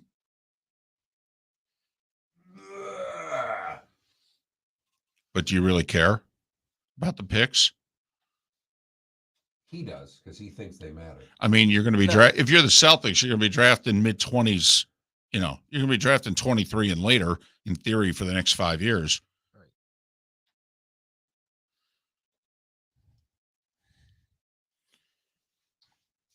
I just think that Jaylen Brown is an amazing two-way player. He's one of the best two-way players in the league. He ain't Kevin Durant. True. I mean, come on. And But he plays more than Kevin Durant. I mean, look, we can say but you got to remember, you're acquiring the guy for the April through June. I mean, when you really think about it. I mean, that's true, but I can say the same thing about Kyrie Irving to the Heat then. Oh. It is Kyrie Irving. Yeah. Well, see, Kyrie doesn't always show up, though, and he's a head case. Right, he's much more fair weather. Kevin Durant's a dog. Yeah. He just wants to hoop. All he wants to do. He's got no life. Yeah, he's a loner. All right. Oh, Brad. Loner, stoner, KD.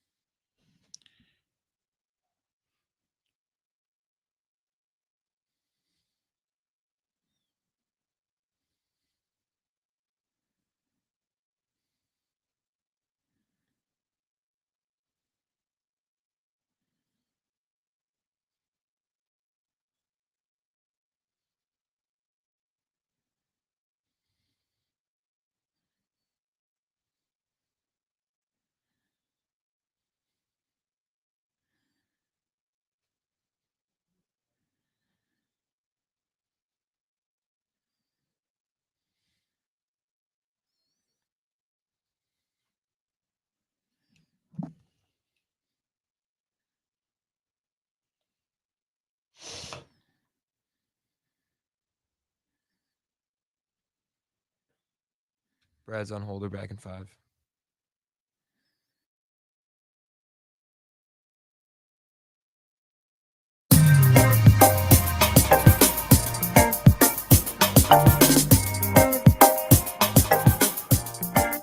Welcome back to Miller and Moulton, only on the Florida Sports Network.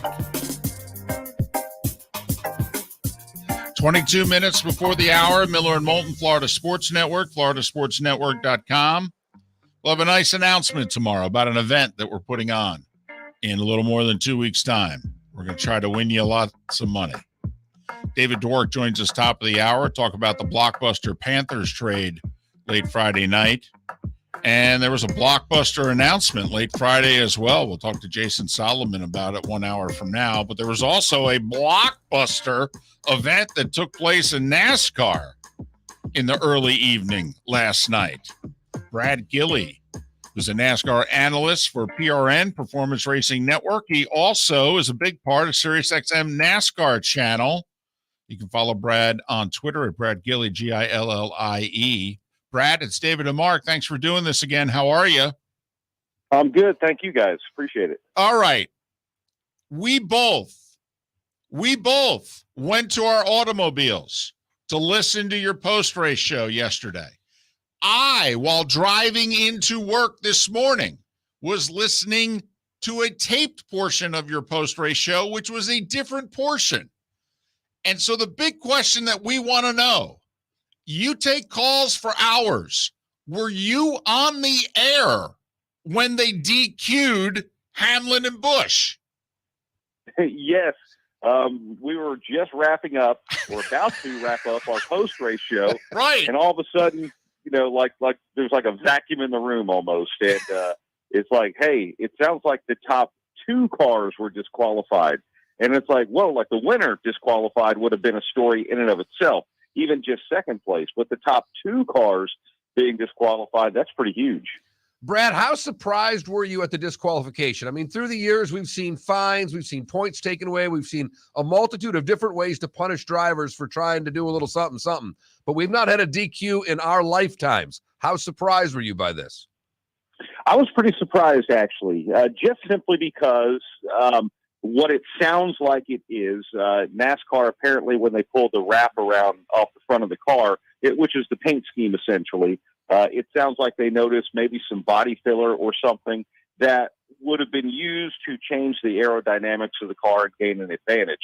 That's like a huge no-no. That's like a big deal. You know, it's one thing to have something move and it comes up out of spec or whatever it might be, but to actually alter the part, That's a big deal with NASCAR. And I don't know that I expected something like that. Now, earlier this year, we saw a 100-point penalty to Brad Keselowski because they altered a rear bumper cover on his car. And at the time, they were saying, well, NASCAR was letting us repair parts, which they can't do now because there was still a shortage of parts with the new car. Everyone gets their parts from the same place. But when it comes to the nose of the race car, that would be a big aerodynamic difference. I don't know where they sit on letting teams repair those right now, but I have a feeling that when they see two teammates come through post-race tech with the same kind of infraction, that's a pretty big deal. Denny Hamlin crossed the finish line first. His teammate Kyle Busch was second. Would have been Hamlin's 7th ever win at Pocono. Would have been his 3rd win this year.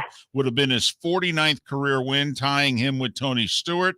All of it taken away. They were moved to the last 2 spots in the field. They each got 1 point for racing at Pocono on Sunday. Brad Gillie, who covers NASCAR, PRN, SiriusXM NASCAR Radio. He does the post-game show every week. You can listen to Brad and follow him on Twitter at Brad Gillie, Gillie. Do you also think, Brad, that this is something that they would not have done in past years, that this also goes in line with the new attitude that NASCAR brought with the new car? I do. At the beginning of the season, they pretty much said, hey, look, the way that this car now is built and constructed, the way that we as a sanctioning body control the flow of the parts and that you order them from, the approved vendors as opposed to building them yourselves, if we find you tampering with them, then we're going to come down really, really hard on you. And there are different versions of that. Like I mentioned with Brad Keselowski, they were able to plead some amount of innocence by saying, well, wait a second, we thought we could repair the parts, but they obviously did it to an extent that wasn't necessarily in line with what the spirit of that rule was, or being allowed to do that. But when it comes to all of these parts and pieces, all they want, what NASCAR wants, is a level playing field. They don't want any of that, but they want everybody to have a level playing field. So if you have a $25 million per car budget, or you have a $2 million per car budget, they want people to go out there and be able to compete against each other in a fair and level playing field. And that's the whole spirit of the rules. And this is something that the teams ask for, by the way. This is something that the car owners tell NASCAR, hey, save us from ourselves, because if you let us go crazy with this, we're just going to spend way more money than what we have trying to win these races. So when they find out that someone has, gone above and beyond the spirit of what the rules should be, they're going to come down pretty hard on this. Brad, the other story from the race was that Denny finally got back at Ross Chastain. He'd end up finishing 3 spots behind him. But I guess my question to you is, Brad, is Denny done? Was this it? I mean, because he owed him a couple. Do you think this is over, or is this just we're going to watch these two race each other hard for a long time? I think if they're both really smart, and I think Ross Chastain is in this regard, and I think Denny is too, then yes, it's over. I mean, it sort of changes the narrative now that Denny didn't win the race. But, if you look at it, you can keep a scorecard a lot of different ways. Well, Ross wrecked Denny twice. And what Ross did wasn't necessarily intentional. He was just being over-aggressive. What Denny did yesterday was intentional. But Ross never wrecked Denny for the lead. And Ross never wrecked Denny in the closing laps of the race when Denny was leading. And that's what Denny did to Ross yesterday. So, in all reality, it would be fun to see a feud between two drivers going into the playoffs. But if they're smart, this feud is over. And they're going to move on unless they run into each other again or have another incident.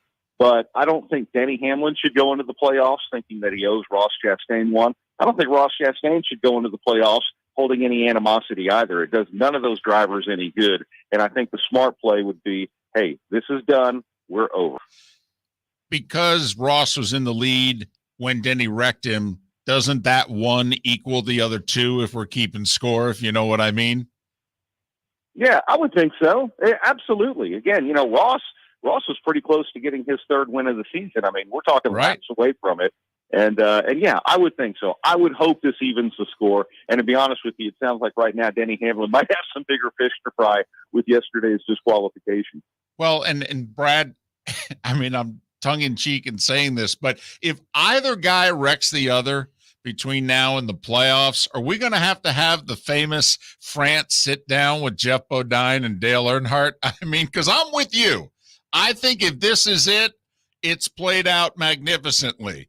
If either guy, intentionally or not, wrecks the other in the next 5 races, I'm almost thinking we're going to have a scene out of Days of Thunder.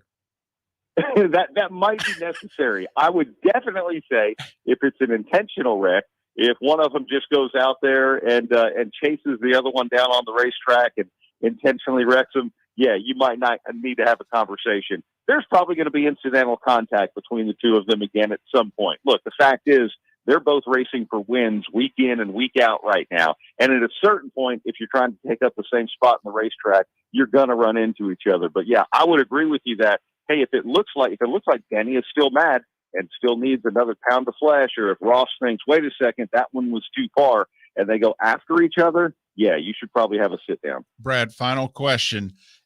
Adage has been out there for a while. If you ain't cheating, you ain't trying. Do you think, though, this decision by NASCAR is going to echo through the garages in which people are going to look at one another now and go, holy blank? I think so. I thought the Brad Keselowski penalty would. And like I said, there was somewhat legitimate claim to innocence on that one, I thought. But with this one, depending on what the penalty is and how severe it is, they've already been disqualified, which took away 5 playoff bonus points for Denny Hamlin. It took away 1 for Kyle Busch because he had won the second stage of the race, and whatever other points it might take away, that's going to be huge. Now, this is a penalty that they can appeal. So, Joe Gibbs Racing can appeal both Denny Hamlin and Kyle Busch's penalty. If they win it, it would reinstate all of those things, but that seems pretty unlikely. And like I said, NASCAR has said they're going to come down pretty hard, and they call these deterrence penalties, and they're going to make it something pretty big to deter anyone else from trying it. Well, Brad, after probably the longest post-race show in a while, thanks for joining us. We really appreciate it, and enjoy your week. It's going to be entertaining. Oh, it's going to be awesome. Thanks, Dave and Mike. Really appreciate you guys, and you'll have a great morning. Brad Gillie, PRN, Performance Racing Network, also SiriusXM NASCAR Radio. You can follow Brad on Twitter, Brad Gillie, Gillie. I've officially crossed over in my NASCAR fandom. As I was watching the race yesterday, listening to the announcers do their thing, I quit listening to them, and I started doing MRN or PRN in my head.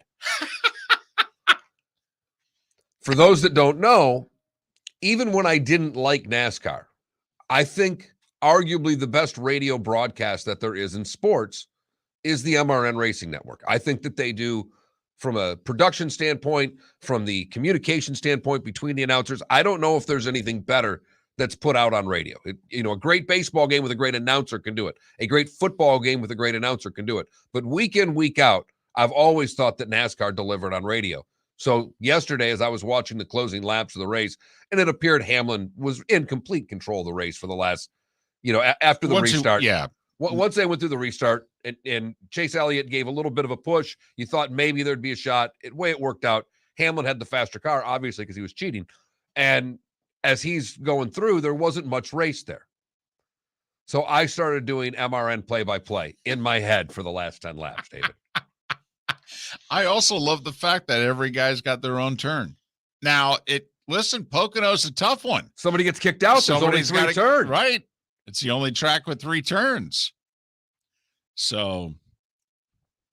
But the seamless way they can go from turn 1 to turn 2 to turn 3 to turn 4 to the pit person to whoever the person is up top, I think it is terrific production of a radio broadcast. The good thing is that straightaway, it's the longest straightaway, I think, in NASCAR. So that's why they didn't have to bump the 4th guy out of the booth, basically coming out of, turn 3. Actually, they just turned 4 guy, take it away because he's got a long way to talk before he turns it back over to turn 1 guy. But how about that? And listen, we know most of you are not racing fans, and that's fine. I mean, Mark hasn't been one most of his life. But they DQ'd a winner, and his teammate finished second, and he had the same thing wrong with his car, so they DQ'd him too. They hadn't done this in 62 years. Eisenhower was president.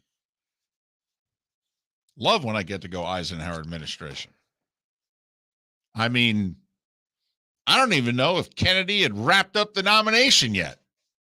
People are still trying to figure out if they're going to vote for a Catholic. I mean, that's how long ago this was. Well, they're still trying to worry about whether they're not going to do that, David. Well, not much has changed. Well, they don't do it often, Mark. That's for sure. Not at that level. But 62 years since they had DQ'd a winner in a NASCAR race. Do you know how much cheating's been going on in NASCAR in those 62 years? That's the part of this that I think you got to really wrap your arms around. That yesterday, of all the things, I mean, in a sport where literally they say if you ain't cheating, you ain't trying.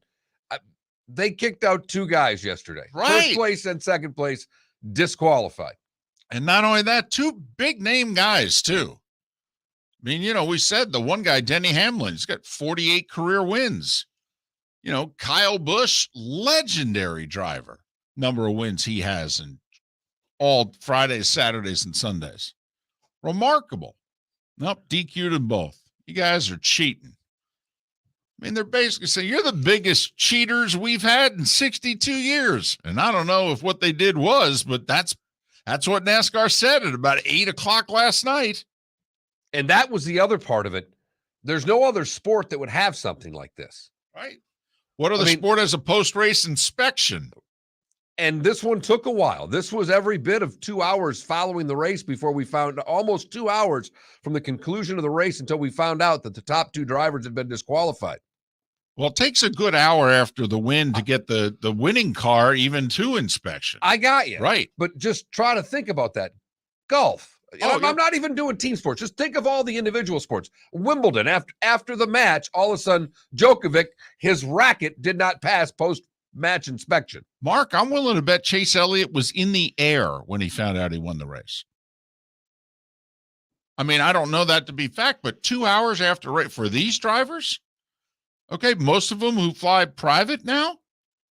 I mean, how many people were on their plane flying home going, holy blank, they DQ'd Hamlin and Busch? I would love to find out where Chase Elliott was when he found out he won. I'm guessing it was not in the Poconos. So if you're not a NASCAR guy, we'll switch gears to something we know you're into. Florida Panther hockey. Way to sell it, Mark. Way to sell it. Blockbuster NHL trade. It was. And it truly was. Yeah. All-time leading score from the Panthers goes to Calgary for their young star. We'll talk about it on the other side. Miller and Moulton on the Florida Sports Network. Bring your big mouth to John Smith Subs and indulge in their overstuffed subs with the freshest quality ingredients. Enjoy our famous steak bomb with perfectly grilled marinated sirloin steak topped with provolone cheese, grilled onions, peppers, mushrooms, crispy bacon, juicy tomatoes, and creamy mayo. Boom! Made-to-order crispy fries can be paired with the Gator, the Cuban, the Chicken Bomb, or the Italian. Love local. Eat delicious with John Smith Subs. Find a John Smith Subs location near you today. Golfers, are you bored of the same old driving range warm-up routine that's not getting you the results that you want on the course? Power up your golf swing by adding resistance bands to your range sessions with the Orange Whip Golf's Power Strap Kit. Featuring band attachments to your feet and hips, Power Strap resistance training will boost club head speed, increase power, improve flexibility, all with just a few swings. Buy a Power Strap kit today.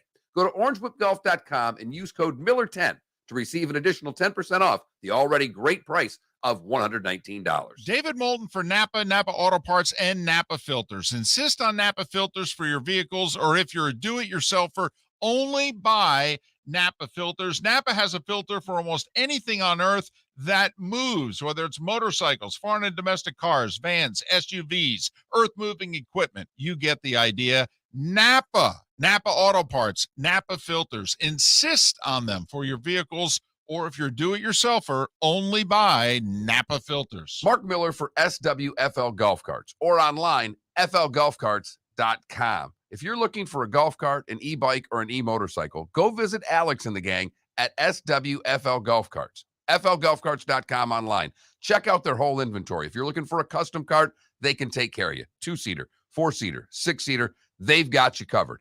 E-bikes, nobody better for value and service.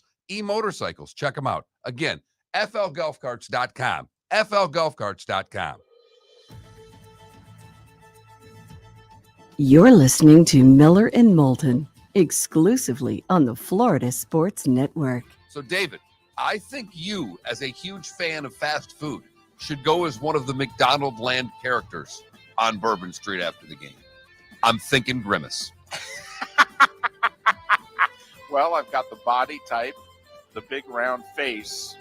I was always a big fan.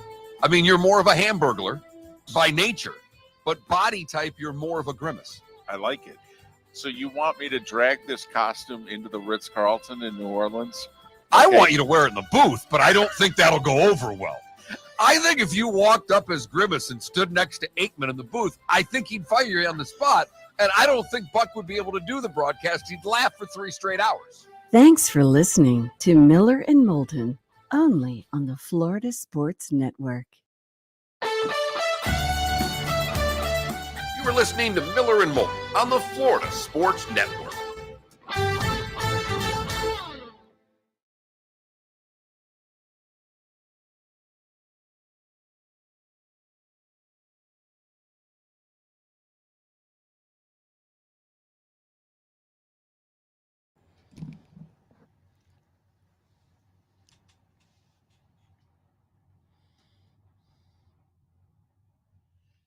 Oh, Mayfield was jet fuel too. Okay, if you say so.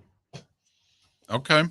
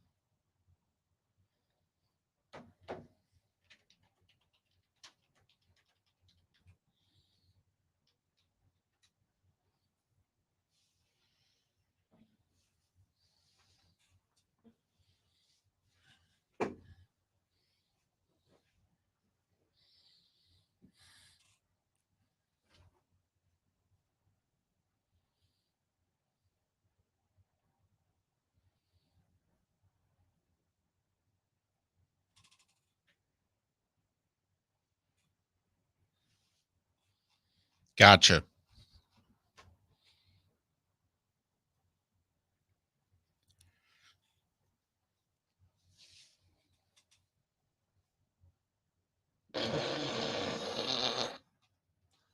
Dan Orlowski, I think, put a glass of red wine up on Twitter. It says 3 Qs, most enjoyable summer nights. It looks like wine, doesn't look like booze. I don't know who the guy is, but David Hellman replied to him and said, "This is the back of the culinary end zone."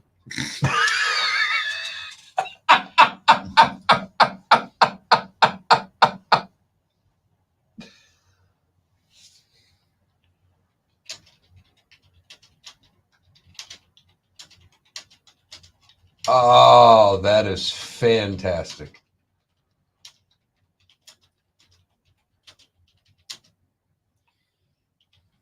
There's JP Shattuck with a tweet 14 seconds ago. Training camp starts today at the Episcopal School.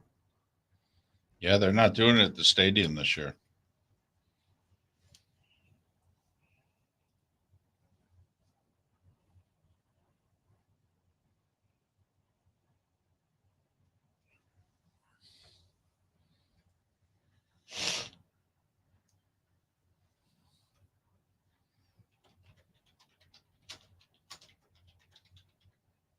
Oh, we'll have to get Josh Pate on this week. He apparently ghosted Kirby Smart accidentally for an interview. Salee and Josh Pate accidentally ghosted Kirby last week. Most embarrassing moment of my career. What do you mean he ghosted? He had an interview and missed it or something.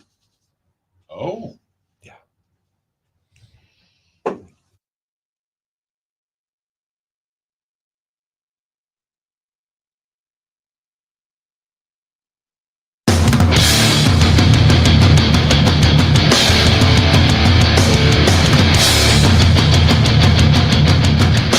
You are listening to Miller and Moulton, exclusively on the Florida Sports Network. And now, here's Mark Miller and David Moulton. And just like that, it's the third and final hour of Miller and Moulton in Tampa, St. Pete, Lake City and surrounding areas, Port Charlotte, and Venice. Miller and Moulton, the Florida Sports Network, the bonus hour for the 239 is coming up 1 hour from now. Jason Solomon, who covers wrestling, will join us in about 40 minutes to talk about the shocking announcement late Friday that Vince McMahon had retired, reportedly no longer associated with the WWE. We'll believe it. Well, maybe. There was also a shocking announcement Friday night. The Florida Panthers in a blockbuster deal and then a blockbuster signing. David Dwork covers the Panthers, Channel 10 in Miami, also host of Chirpin' the Cats. It's a Florida Panthers podcast. You can follow David on Twitter at David Dwork, DWORK. David, it's David and Mark once again. How you been? And I've been enjoying my summer, and it abruptly was shattered by a late Friday night news bomb. So we're getting back into the thick of things, even though it's the middle of the summer. Well, just your overall thoughts on it. It's a bold move. It sends a lot of messages to us right through every part of that locker room. Matthew Tkachuk, by the way, for those that don't know, acquired from Calgary. Sorry, Mark, it was my fault. I didn't say what the bold move was. So they traded Huberdeau and, one of their top defensemen, a first-round pick, a prospect, and they get a 25-year-old stud. Yeah, it's look, it's one of those tough ones to take for a lot of fans. I mean, Jonathan Huberdeau has been down here for, almost 10 years. This is a team that's been trying to grow its popularity down here, trying to grow in a lot of ways down here. And, Huberdeau, Barkov, Ekblad, they've been kind of, the three foundational pieces. They've been at the forefront. And so for this fan base to see one of, its favorite players and one of its best players, one of the, guy that's involved into one of the best players in the league in Jonathan Huberdeau, that's pretty jarring. And granted, they're getting a guy in Matthew Tkachuk, who, like you said, he's 5 years younger than Jonathan Huberdeau, 24 years old. He's just coming off an amazing 100-point season himself. And he's somebody viewed kind of across the board as one of the one of the next great players to come into this game. Again, at just 24 years old. Business-wise, it makes a lot more sense than when you think of it from like a bleeding heart standpoint, just because you're signing a guy in Tkachuk probably a bit less than Huberdeau's going to sign for. I'm guessing maybe around $1 million a year, which in hockey is a pretty big deal right now. In a basically flat cap time, the cap's gone up, I think $1 or $2 million over the last 4 years. So they're getting younger, maybe more productive, cheaper, and that's why it cost them a bit to get him. That's why they had to give up, in addition to the expiring contracts of Huberdeau and Weegar, they had to give up the future assets, and that's why you had to give up Schwinn, and that's why you had to give up a first-round pick, because it wasn't just like a player-for-player type swap. Florida knew that they were getting somebody that they're going to be able to lock up for a long time, and they did immediately with the 8-year deal. Whereas Calgary now, they got some very exciting, very good NHL players, but for how long? Are they going to have Huberdeau and Weegar for a season? Are they going to flip them at the trade deadline? Are they even going to start the season, or could one or both of them get flipped between now and then? Calgary's in an awkward position. They've got a little bit more options just because of this move. But Florida, I think, long-term, unless Calgary ends up finding a way to retain Huberdeau and or Weegar or flip them into something else that can help them, I think this is a better move for Florida long-term. How do you think it sits inside the locker room, however? I mean, this was a very good team. They won the President's Cup, and basically after a year of a President's Cup and one bad playoff series, throwing it out the door. Will this sit well in the locker room in your estimation, David? Yeah, this is a team that's become a very professional, business-like team. I mean, one of the good things player-wise about the Panthers last year particularly was, and we've talked about it before, just how good of a room it was, how great everybody got along, the camaraderie and all that good stuff. So, on one hand, yes, it's going to be very hard, just like it will be for the fan base, to lose a guy like Jonathan Huberdeau, who's really been, one of the main cogs in what they've been trying to build. I don't think Matthew Tkachuk's going to have a hard time fitting in. He's a great kid. He's a fun kid. He works really hard. He's liked among his peers. He's got a relationship already with a few guys on the team. You think about Sam Bennett, who the Panthers traded for a season and a half ago at the trade deadline. He played in Calgary for a long time. The two of these guys played together for several years. So obviously, Tkachuk has a good idea of the situation in terms of the locker room walking into. Do I think that there's going to be a lot of, hurt feelings and, sadness from Jonathan Huberdeau and Mackenzie Weegar getting traded? Absolutely. But I don't think it's going to impact the ascension that this team has been on in terms of trying to build something and build towards a cup contender. I think that they're mature and they're very driven towards their goals, and that's why, it'll be sad, but it won't be something that'll hinder them. But regardless, it's been a tough couple of days in this region, for losing one of their best players. You think about Panther games, you're going to see as many Jonathan Huberdeau jerseys walking around that arena that you will Barkov, Bobrovsky, Ekblad. So it's like ripping off a Band-Aid. It hurts, but sometimes it's necessary.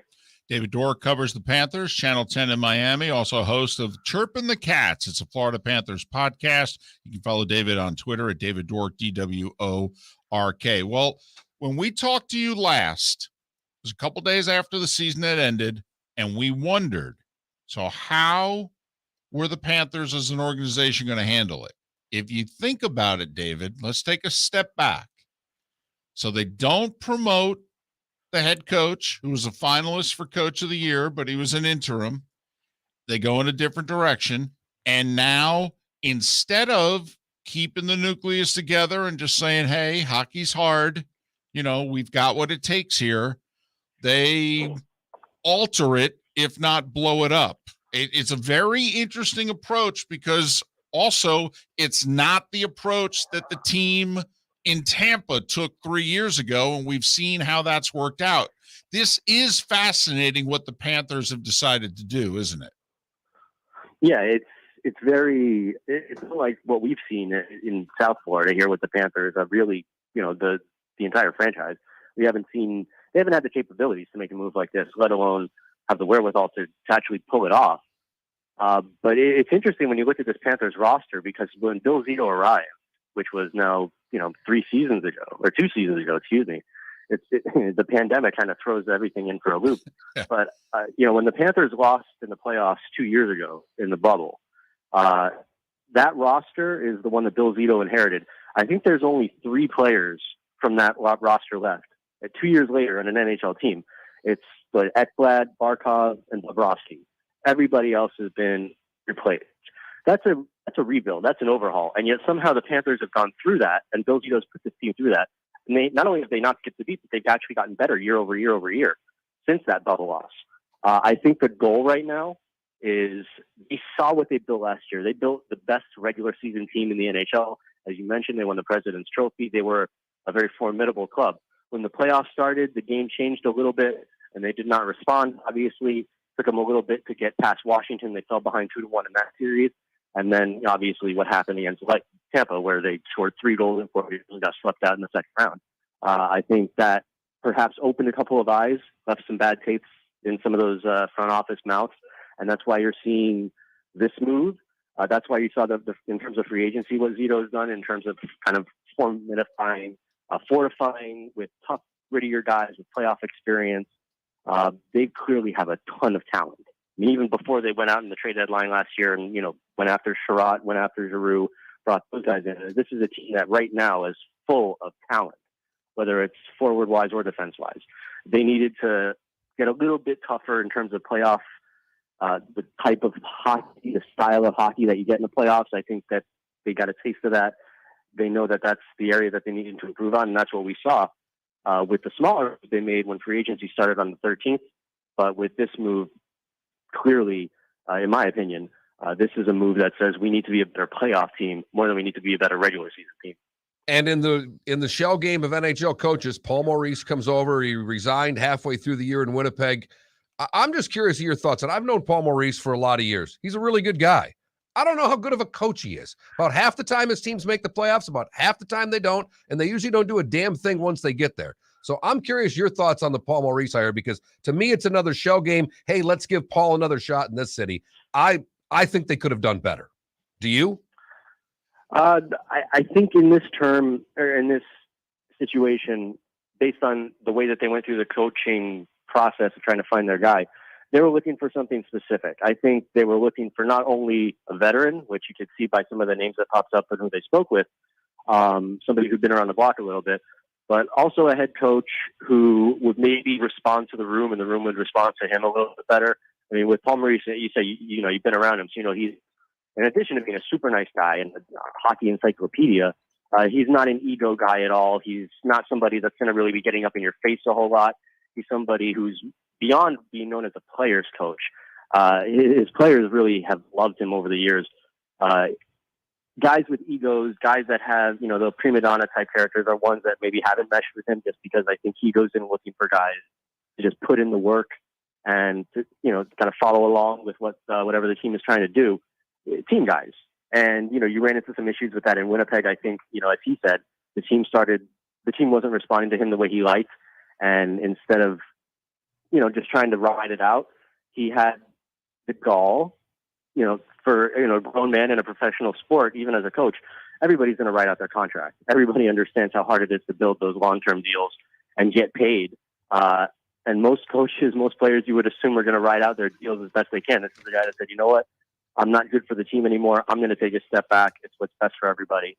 And I can respect that. And I think that what's going to happen here in South Florida is similar to what we saw early in his time in Winnipeg, when it was a young, exciting team that wanted to win.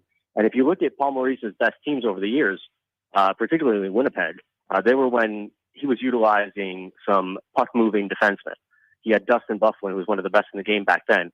Now we get to Aaron Ekblad. He's got Gus Forsling.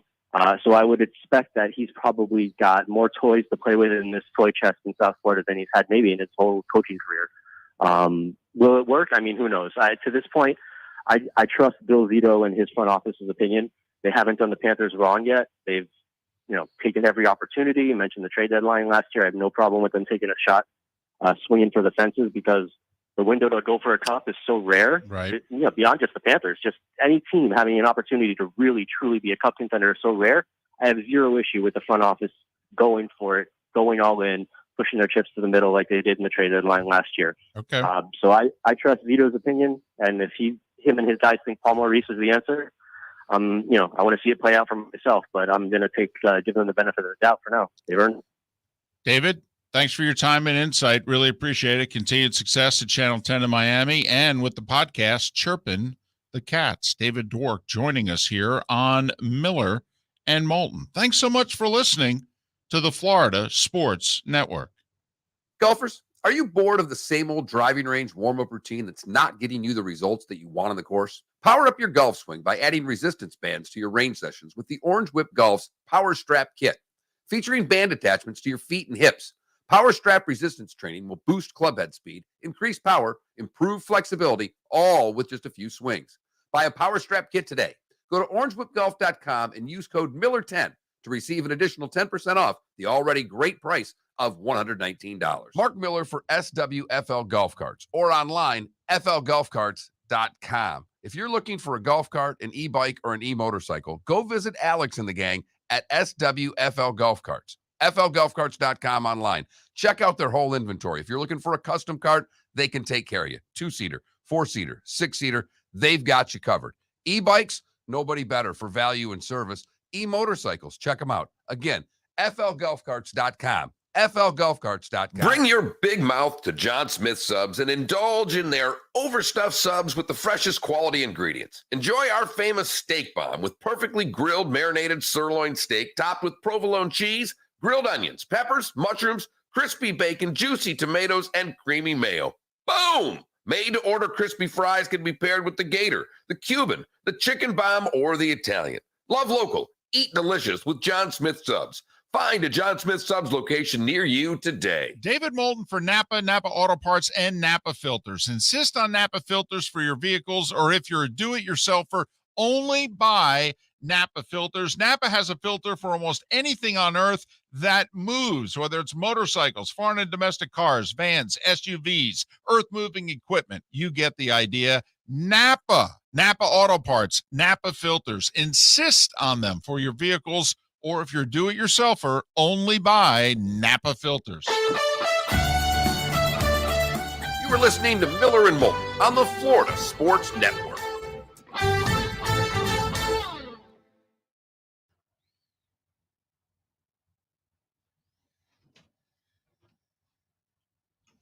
So I happened to watch. Well, I only watched 2 minutes of the news on after the. It was before I switched to NASCAR because the news came on, and the very first story they did was schools coming back and the backpack. The Wink News backpack event, like literally their first story in the A block was a self-serving story. And I'm like, you've got to be kidding me here. So that's when I ran, found the remote, and like NASCAR's got to be on. I got to find something here. But I was like, wow, that's something.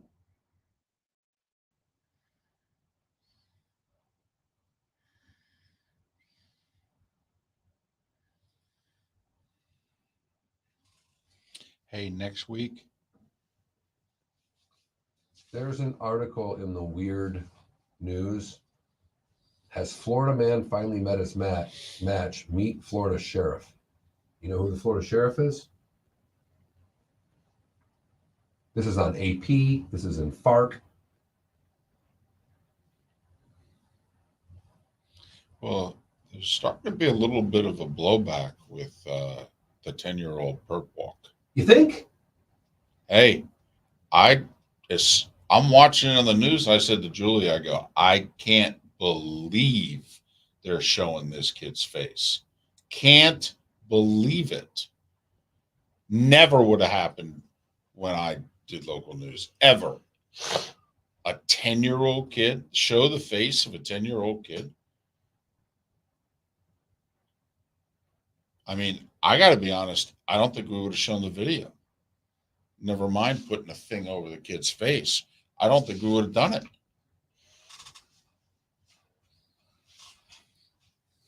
It's so hard though, because you're not going to beat him as a Democrat. It means you got to beat him in a.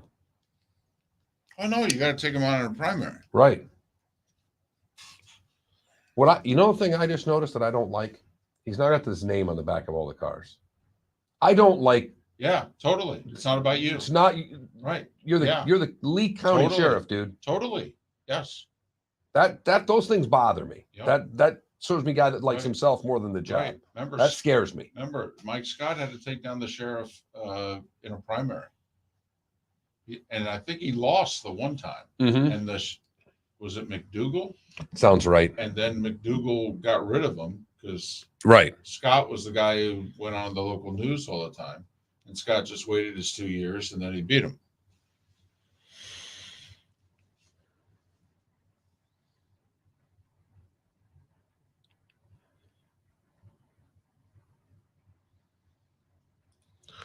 Oh, yeah, that's a good story. I saw that one. All right, there we go.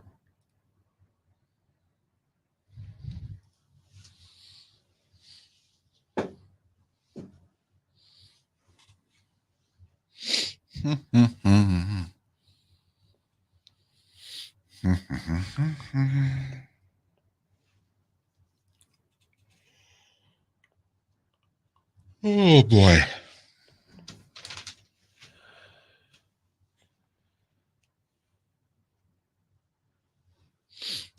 Shope. That's right.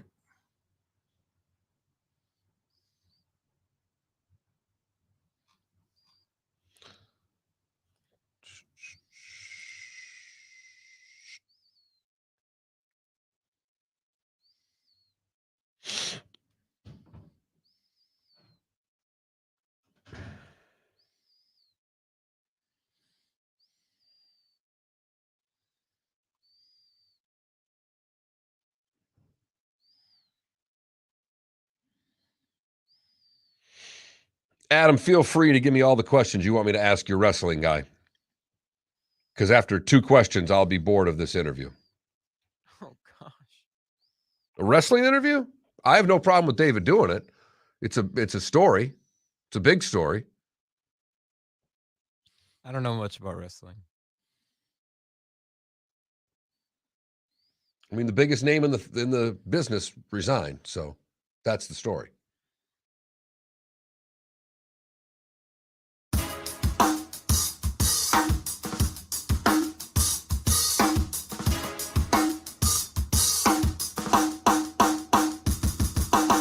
Welcome back to Miller and Moulton, only on the Florida Sports Network.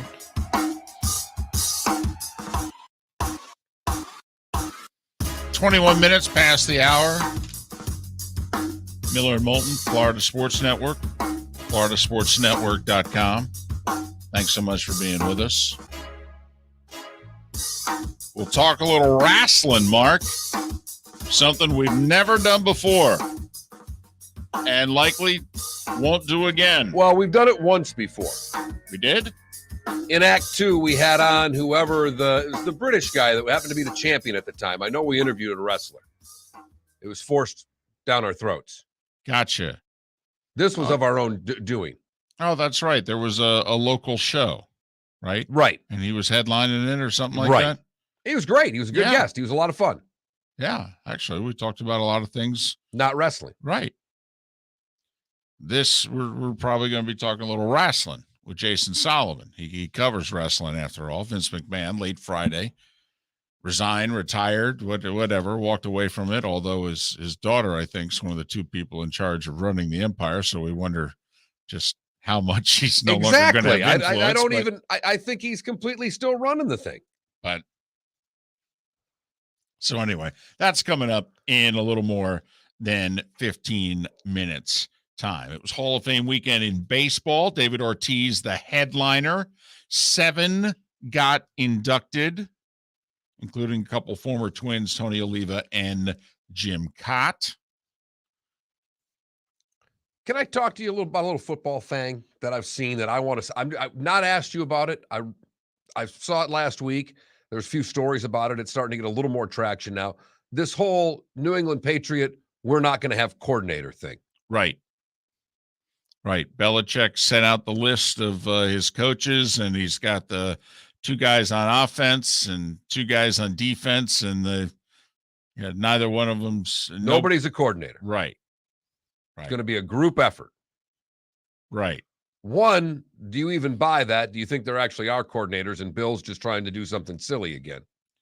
Yeah, I think Bill's just messing with everybody. Is that all this is? Is this another move by Bill Belichick to try to mess with the media? I mean, well, I don't think it's meant for the media. Who else is it meant for? I mean, no offense, but who else is it meant for there? Because the teams that they're playing don't care right now. Do we really think that the 4 assistant coaches, and you've got Bill's kid and Mayo, the linebacker, who are the 2 defensive coaches who were both given similar titles, but neither one of them's the coordinator. And then on the offensive side, you got Joe Judge, who was just fired as Giants head coach.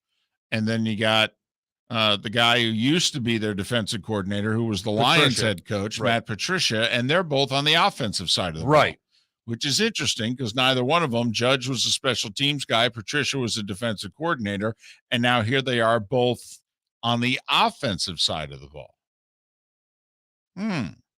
Interesting. So I'm more concerned about the Patriots personnel, to be honest with you. I don't know that it's a particularly good roster. I think it's pretty ordinary. And I don't know how much better they got, if at all, this offseason. How much better is their roster than the Jets? Because everybody, ESPN will give the Jets, any New York team, a lot more oxygen than they really deserve. Absolutely. It's just the way life is. Right. They treat the Jets like they're national. Which is right. Almost obscene to me. It's laughable considering they're the distant number 2 NFL team in their own area. But they're in the Dolphins division. Yeah. And that's the main reason I'm bringing it up, because we clearly think the Bills are the best team. If not in the NFL. Right. And then we think the Dolphins are the second best team in their division. Now we do, yeah. By roster, by everything. Who's next? How close? Put it this way. Is there a bigger gap between the Dolphins and the Patriots than there is between the Patriots and the Jets?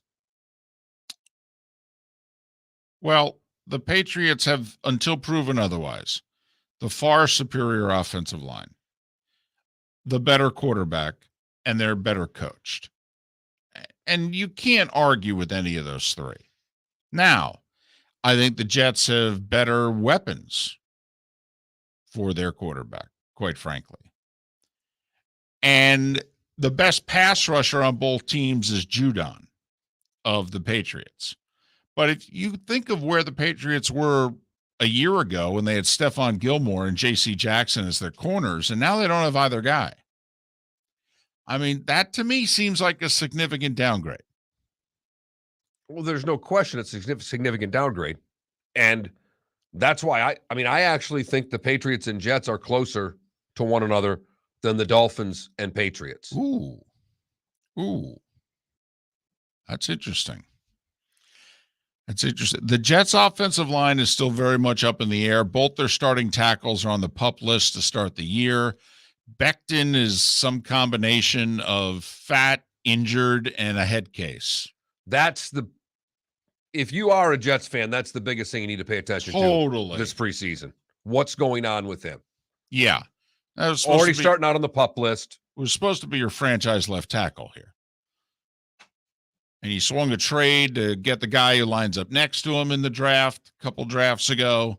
Now you select the other guy who's going to line up on the other side. I mean, in theory, you're supposed to be putting together a really good young offensive line here in front of your franchise quarterback, knock on wood. Right. I mean, in theory, this is supposed to be a progress year, and then they kind of take some noise forward. Yes. 23. Right. I'm concerned about the Patriots. I'm concerned about the Steelers. I'm concerned about the Patriots. The two teams that made the playoffs last year that I would be most concerned about in the AFC this year. And I'm leaning towards not picking the Chiefs to win the West. Now, it's July. Things can change. I got 45 days to the Bills and the Rams.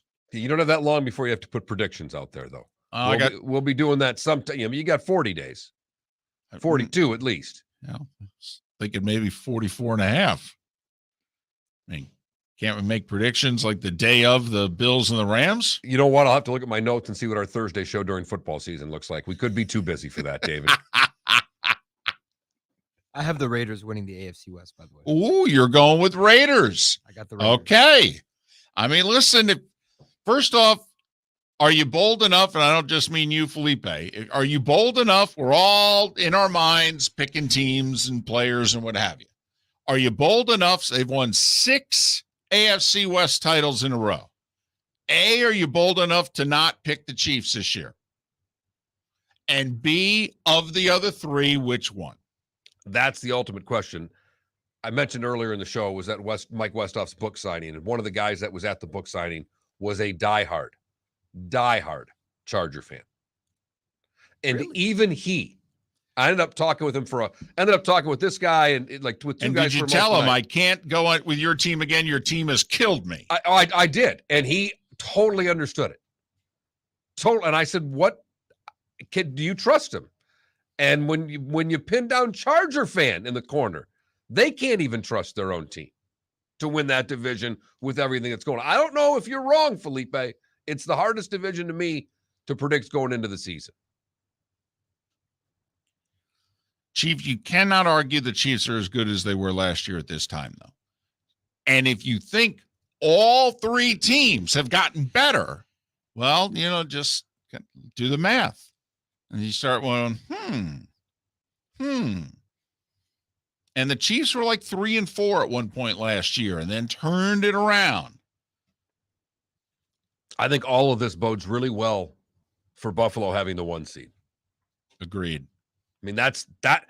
When you keep talking about who's going to win the West, I keep thinking in my head, well, the Bills are going to be the 1 seed because I'm not sure who's going to win, but it's going to be somewhere around an 11-6, 12-5, at best a 12-5 type number. And I don't think that'll be good enough to get the 1.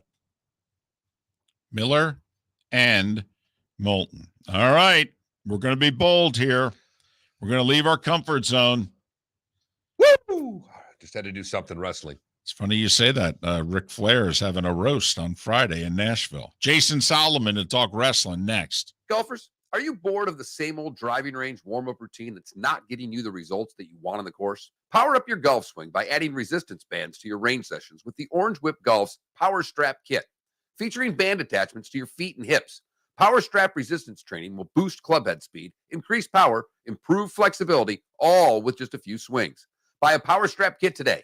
Go to orangewhipgolf.com and use code Miller10 to receive an additional 10% off the already great price of $119. Mark Miller for SWFL Golf Carts or online, flgolfcarts.com. If you're looking for a golf cart, an e-bike, or an e-motorcycle, go visit Alex and the gang at SWFL Golf Carts. flgolfcarts.com online. Check out their whole inventory. If you're looking for a custom cart, they can take care of you. 2-seater, 4-seater, 6-seater, they've got you covered.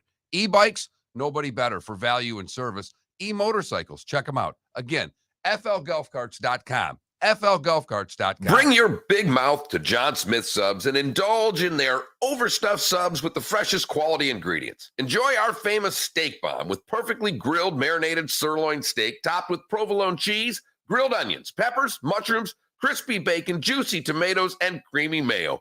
Boom! Made-to-order crispy fries can be paired with the Gator, the Cuban, the chicken bomb, or the Italian. Love local. Eat delicious with John Smith Subs. Find a John Smith Subs location near you today. David Moulton for Napa, Napa Auto Parts, and Napa Filters. Insist on Napa filters for your vehicles, or if you're a do-it-yourselfer, only buy Napa filters. Napa has a filter for almost anything on earth that moves, whether it's motorcycles, foreign and domestic cars, vans, SUVs, earth-moving equipment. You get the idea. Napa Auto Parts, Napa filters. Insist on them for your vehicles, or if you're do-it-yourselfer, only buy Napa filters. You are listening to Miller and Moulton on the Florida Sports Network.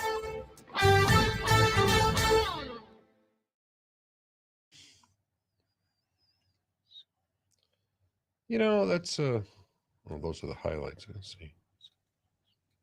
Think about it. When has Derek Carr ever been on? They got to do better on this thing. He Thank God I did saw work this with on Amari Cooper. that He old made the playoffs interweb. that one. Sorry, I didn't hear a word you said. When has Derek Carr ever been on an elite team? Well, Him and Amari Cooper, they used to work back then, and they made the playoffs that one year, I think. Well, he was going to win MVP the year he broke his leg. Was that 2016? When was that? And they were in position. They could have been the 1 seed that year. And then they faltered late and got bounced to the first round of the playoffs without him.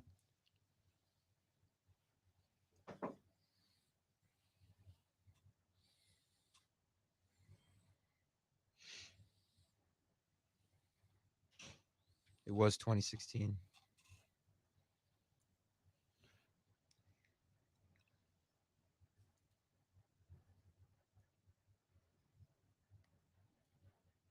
He threw 6 interceptions that year. Well, that was also because then the next year Wentz was going to win MVP, and then he got hurt late. So you had the back-to-back years where the two guys didn't win MVPs because they got injured.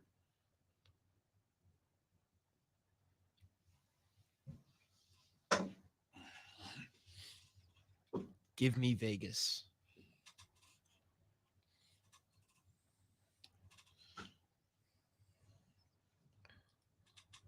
A lot of people are jumping on the Chargers. A lot of people are jumping on the Chargers. They're a fun team. Couldn't close games last year, though. No, they blame their coach.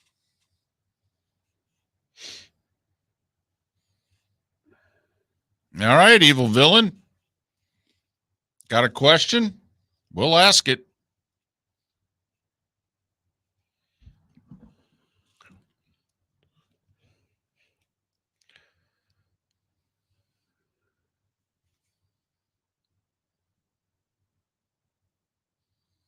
I wasn't a Hulkamaniac. I didn't dislike him, but I followed wrestling in the mid to late 70s into the early 80s. Before all the WrestleManias. And then I stayed away from it and then came back for a short time with The Rock. Yeah, I watched a lot in the 90s, 80s and 90s. I've not really watched it all, but this is a big enough story that we thought we'd do it. And that's why David wasn't lying, Evil Villain.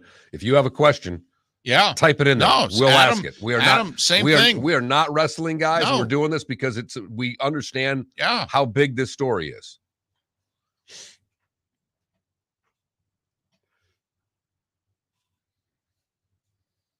And thanks for coming in, Evil Villain. Appreciate it. Oh. Even if you're one and done. Although if you could click the follow button, that'd be great.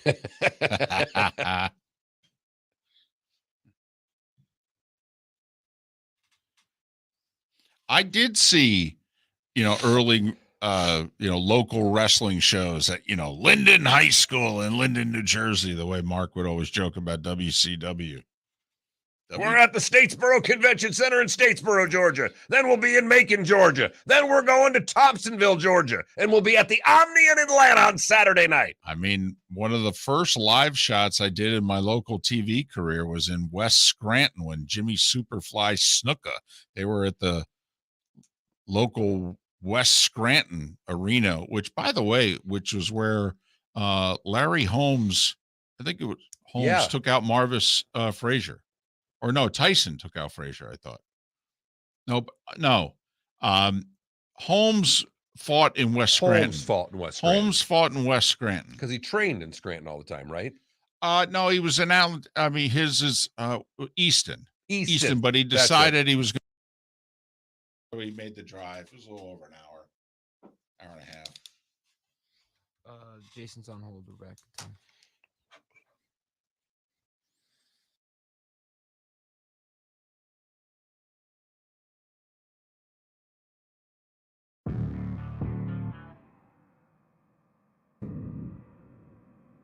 Thanks for listening. And now, more of Miller and Moulton on the Florida Sports Network. 22 minutes until we are done in Lake City, Tampa, St. Pete, Port Charlotte, and Venice. The bonus hour begins at the top of the hour. Miller and Moulton, Florida Sports Network, floridasportsnetwork.com. Jason Solomon is kind enough to join us. He has hosted for 15 years the Solomonster Sounds Off podcast. You can follow Jason on Twitter at Solomonster, S-O-L-O, Monster, S-O-L-O, Monster. Jason, it's David and Mark. Thanks for agreeing to do this. How are you? Oh, it's my pleasure. Good morning, guys. How are you? Great. We are not active followers of wrestling. My wrestling heyday, I'm in my mid-50s, was 40 years ago, and then I jumped on board with The Rock 20 years ago. Mark's heyday was the 80s and the 90s. But obviously, Vince McMahon is a huge figure in the sports/entertainment world for half a century here. First off, your reaction to the story, and was it necessary? Well, I think my reaction was, like a lot of people, surprised, not necessarily because of the timing, because the timing of it, he's been in some hot water recently. For those who don't know, there's a board of directors investigation into hush money payments and non-disclosure agreements that have been uncovered over these many, many years. What was surprising about it is the fact that I don't think anybody honestly believed that he would ever retire, that he would step aside, which is what's happened here, because the investigation is still ongoing. I do think it was necessary. I think it was absolutely the right move, because this has been, I think, an unnecessary distraction for the company. And there's rumors that there could be more bad stuff coming down the line. So I think it was a necessary move. All right, but with Stephanie, his daughter, taking over, is he really out, Jason? I guess at the end of the day, does everybody believe that he's really out? Still not going to continue to help write storylines, continue not to be a part of this, maybe not on camera, but off. Is he's officially out? Is he really out? Well, that's the $1 million question. I mean, officially, he is out. He is completely divorced from the company outside of being on the board of directors. As far as anybody knows, he is still a board member. He had so many hats that he wore behind the scenes. He wasn't just the chairman and the CEO, but he was backstage at every event, every television event every week, and crafting storylines and approving creative story pitches and stuff. Officially, that is over. But you're right. I mean, there are a lot of people who are very skeptical that he will keep his hands out completely, or if things die down in a period of months, that he won't kind of creep back in. Nobody really knows the answer to that for sure. It is his daughter now who's the co-CEO. His son-in-law has, a prominent role in the company. So it's not as if it's a clean break 100%. But certainly for the foreseeable future, I think it would be insane for them to, have any involvement from him after having made this announcement, because I just think it could backfire on the company. Do you think there's certain people, whether it was involved in the WWE or former wrestlers, who now that he's quote unquote out will actively come back in? Yeah, I definitely think there's a possibility. Look, relationships sometimes aren't so healthy and people don't leave on the best of terms. That's one of the interesting things to follow if you're a fan, as far as talent, people who have left, didn't like working for him, had blow-ups with him. Might that mean that they would feel more comfortable coming back? Absolutely. And I think over time, we probably will see names like that come back. I mean, the thing is, he was so inclined. I mean, this is his company, right? He's been running this thing for 40 years. It was 40 years ago this year that he bought it from his father. Every aspect of this company is Vince McMahon. And so this is going to have far-reaching implications beyond just, questions of who might come back. And I mean, the whole product could just change in terms of the way it looks and, the way it feels. It's not going to be an overnight change, but this is the biggest story in the wrestling world in over a decade, if not more, just because of how influential he's been in that industry. Talking about Vince McMahon's retirement late Friday with Jason Solomon, who is host of the Solomonster Sounds Off podcast for the last 15 years. You can follow Jason on Twitter at Solomonster, which is SOLO Monster. So Solo Monster, if you want to, spell it out. All right. What does this mean? Is there an opening for AEW? I mean, like you just mentioned, and I've obviously, and David, we followed this sport long enough, and we know how influential Vince is. And I worked on the arena side for many a year and worked with the folks in wrestling. So I get how big Vince is. Is this leave an opening for AEW with Vince stepping down? I think I think to an extent, I think it could go both ways. I think there's certainly an opening there, but it could go the other way too, where if you have people who maybe are working for AEW, or, I don't want to work for Vince McMahon, or I'm not the kind of, wrestler he'd be interested in featuring on the show. Well, now he's gone. And so you could have people who are in AEW right now who say, oh, okay, well, Vince is gone now. And before I wasn't so open to the idea of working for WWE, and now maybe they will. Maybe when their contract is up, all of a sudden you have a bidding war. So that's something I think that could also work against AEW. But AEW has had an opportunity to try to break out for a while now. I think the wrestling business is much better off for them being around. But I also think this isn't necessarily a 100% positive move for them. Jason, in our Twitch chat room, someone who goes by Evil Villain, and he has never taken in our show before, but he is because you were on as a guest, and he is wondering if you had hinted earlier that there may be other stuff to come down the pike. If there is no other stuff to come down the pike, and it's just the 4 reported affairs that he paid $12 million in hush money to keep quiet, if that ends up being the story, do you think he returns down the road, whether it be like an athlete or much like a wrestling storyline where somebody returns down the road? Do you think if there is no other shoe to drop, that he can return? Well, this is anybody who knows anything about pro wrestling knows that there is no such thing as a retirement. You know, we have a week, less than a week from now, Ric Flair is wrestling his final match. He had his final match in 2008. So never say never when it comes to these. And I know you guys know Ric Flair very well. So, I mean, never say never when it comes to wrestling retirements. Is it possible? Yes. I can't. It's hard for me to sit here and imagine now that he's done this, what is he going to do? You know, what other interests or hobbies does this man even have? Because all he's done is he eats it, he sleeps it, he lives it, he breathes it every day. Give it a few months. If he's sitting at home and says, you know, I can't take this anymore, and like you said, there's nothing else to come out, could he do it? Yeah, of course he could. I could see him trying to make some kind of a move.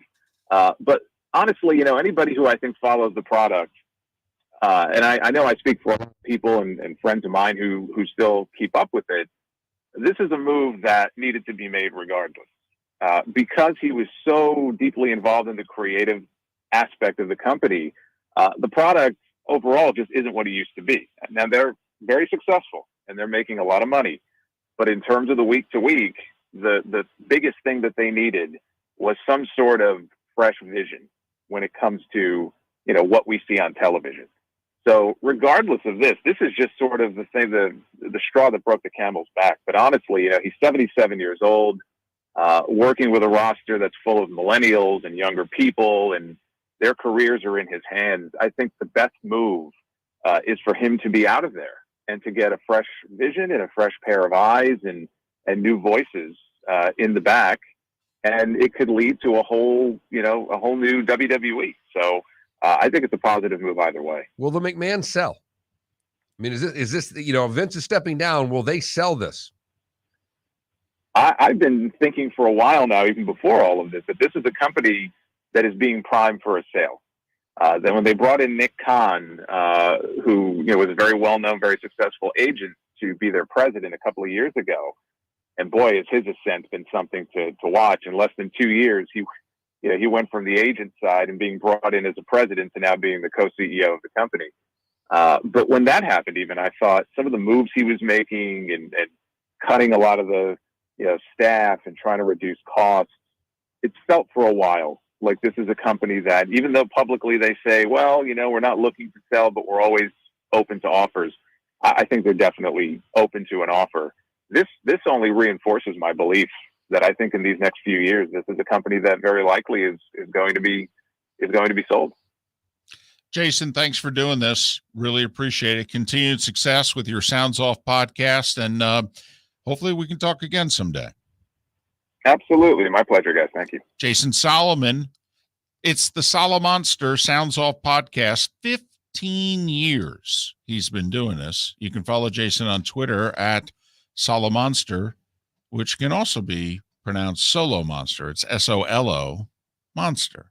Jason Solomon, kind enough to, well, talk to a couple of novices these days, even though we go way back. But used to be a time we could talk it. Right. Not anymore. No, we don't know what's going on now. I mean, I was interested in the AEW, though, a startup much like the LIV. I mean, I'm interested in these startups taking on the big boys. And what little you and I both follow John McMullen, who is a fascinating guy because he covers the NFL and the Eagles specifically, yet at the same time, he talks wrestling all the time on Twitter. So I basically get my AEW, WWE updates from following John McMullen on Twitter. And he's been telling me that AEW had a good like 2020 and 2021, but they've been falling off lately.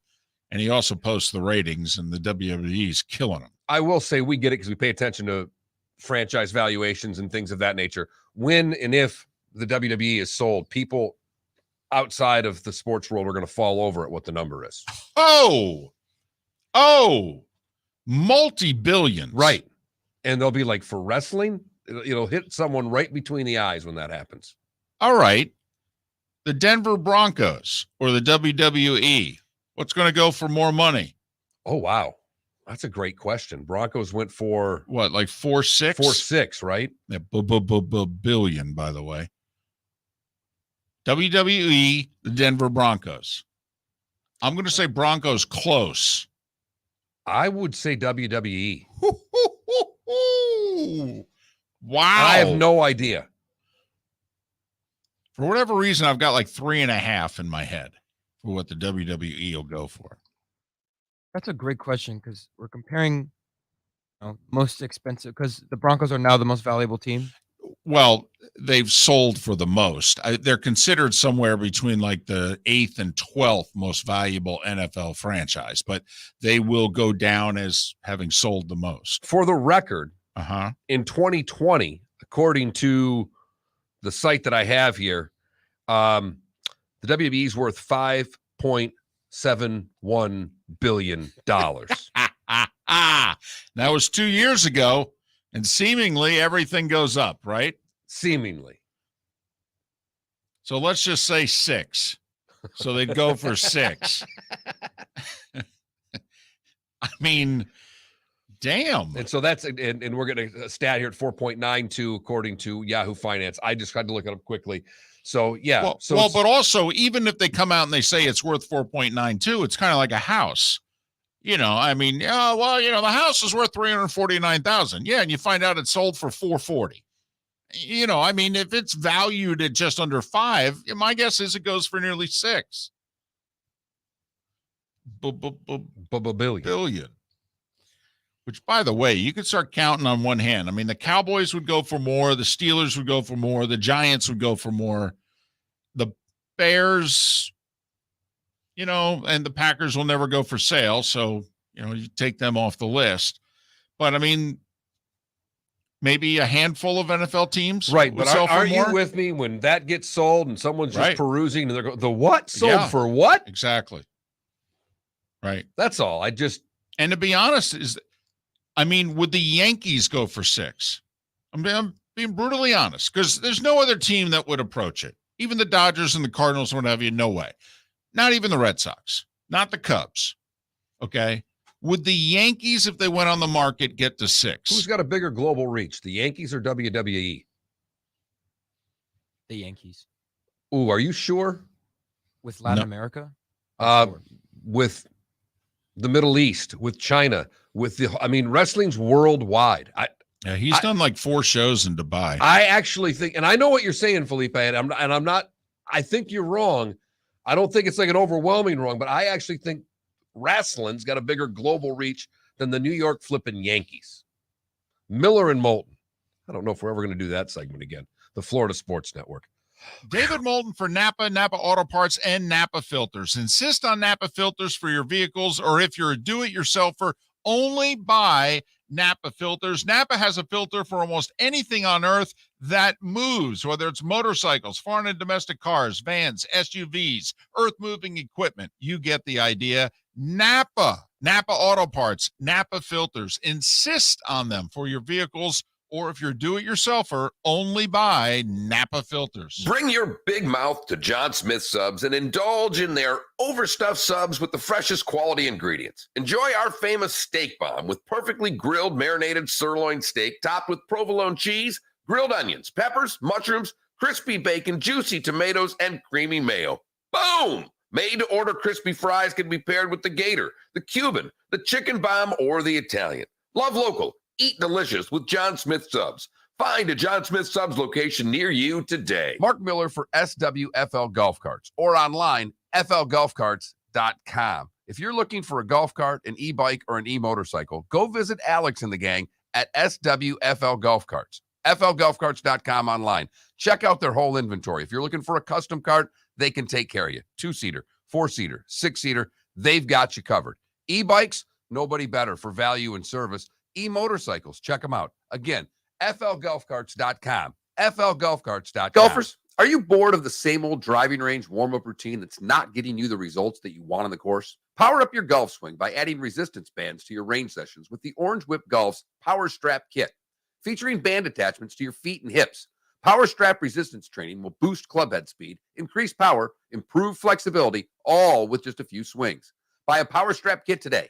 Go to orangewhipgolf.com and use code Miller10 to receive an additional 10% off the already great price of $119. David Moulton for Napa, Napa Auto Parts, and Napa Filters. Insist on Napa Filters for your vehicles, or if you're a do-it-yourselfer, only buy Napa Filters. Napa has a filter for almost anything on earth that moves, whether it's motorcycles, foreign and domestic cars, vans, SUVs, earth-moving equipment. You get the idea. Napa Auto Parts, Napa Filters. Insist on them for your vehicles, or if you're do-it-yourselfer, only buy Napa Filters. Mark Miller for SWFL Golf Carts, or online, flgolfcarts.com. If you're looking for a golf cart, an e-bike, or an e-motorcycle, go visit Alex and the gang at SWFL Golf Carts. flgolfcarts.com online. Check out their whole inventory. If you're looking for a custom cart, they can take care of you. 2-seater, 4-seater, 6-seater, they've got you covered. E-bikes, nobody better for value and service. E-motorcycles, check them out. Again, flgolfcarts.com. flgolfcarts.com. You were listening to Miller and Moulton on the Florida Sports Network. I just think he sounded stupid. Is it was Keyshawn? Yeah. Yeah, that guy sounds stupid on the air. There's times, and it's a very NBA-esque. It doesn't work here. ESPN doesn't work in markets like this.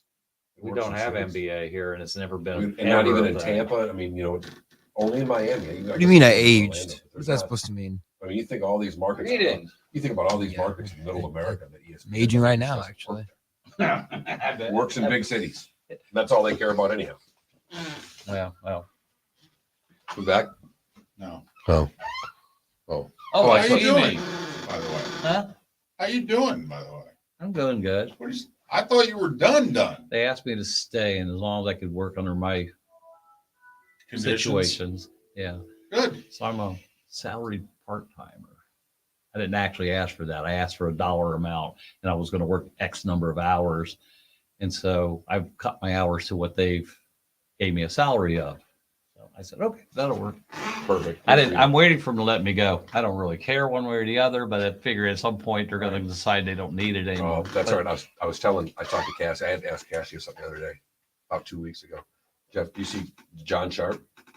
He left. Who? The guy that was you at Fort Myers Broadcasting. Oh. He left. Again? And he left and didn't do what you did. He left and gave him 2 weeks and said, "Saya fucking Nara." And didn't train anybody. So they got, all the stuff that the engineers got help with, like football. Didn't tell them all the codes and everything. Oh, no, seriously. Oh, no, it's a total. I heard they're just horrible to people over there. They're not great. But the engineers that I've met from over there, some of them have been pretty nice, pretty good. John was real. I like John. He was great to me when I set my studio up. Helped me out with a lot of stuff. Is he the guy? The big long guy? Hair? Oh no, who's the new guy? I don't know who that is.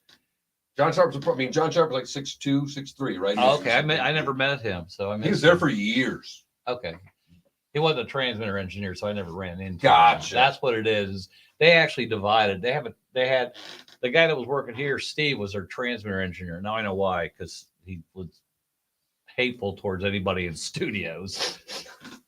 He was military, which was also sort of a pain in the ass. He never, ever looked for anything to do. Give him a job, give him an order, basically. Give him an order, he did it. But as soon as he finished it, sat back down, did his own thing, didn't do anything, and then Brad would go psycho on it. Oh, God.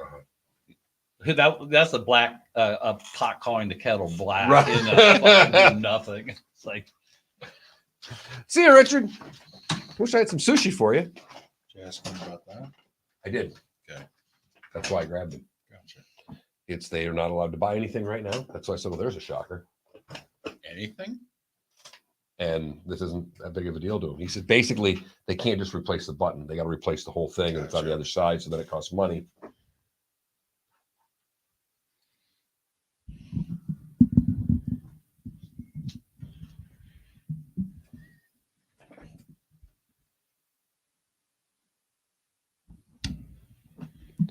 Dun, dun, dun, dun, dun, dun.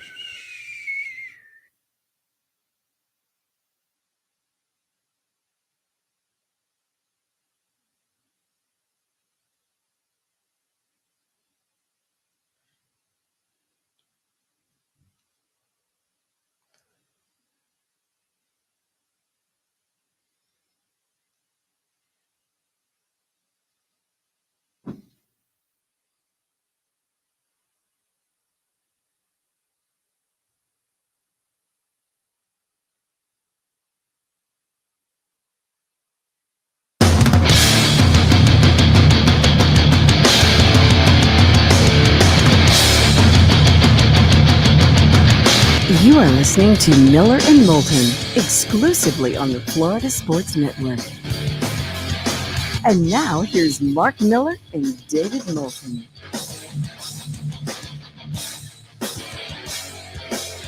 The bonus hour of Miller and Moulton on this final Monday of July. Thanks so much for being with us. Miller and Moulton, the Florida Sports Network, floridasportsnetwork.com. Listen, we've all either trained ourselves or have become trained that we take in our news and we go, and then we move on very quickly. But can we just take a half a step back or to the side and realize Vince McMahon walked away from the WWE and they took a win away from a NASCAR driver?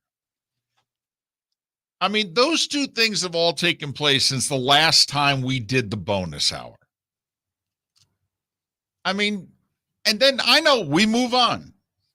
But like Marty Smith of ESPN just sent out a tweet. I saw it. In which he said, I just still need a moment. I'm getting over the fact that NASCAR just took a win away. 62 years. You know how much cheating's been going on in NASCAR in 62 years? That's like all of a sudden you've been doing whatever it is that you're doing. You walk into the house, and your partner says, that's it, I'm done. What do you mean I'm done? Well, you did this. Well, hell, I've been doing it for 62 years. Well, that's it, I'm done.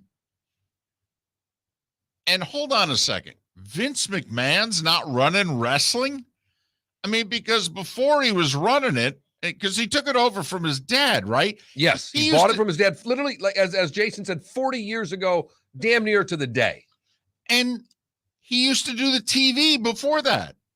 I mean, I barely can recall wrestling that did not involve him. But then again, where I grew up, it was the WWF. So it was the McMahon's wrestling. I didn't get WCW or what have you. Right.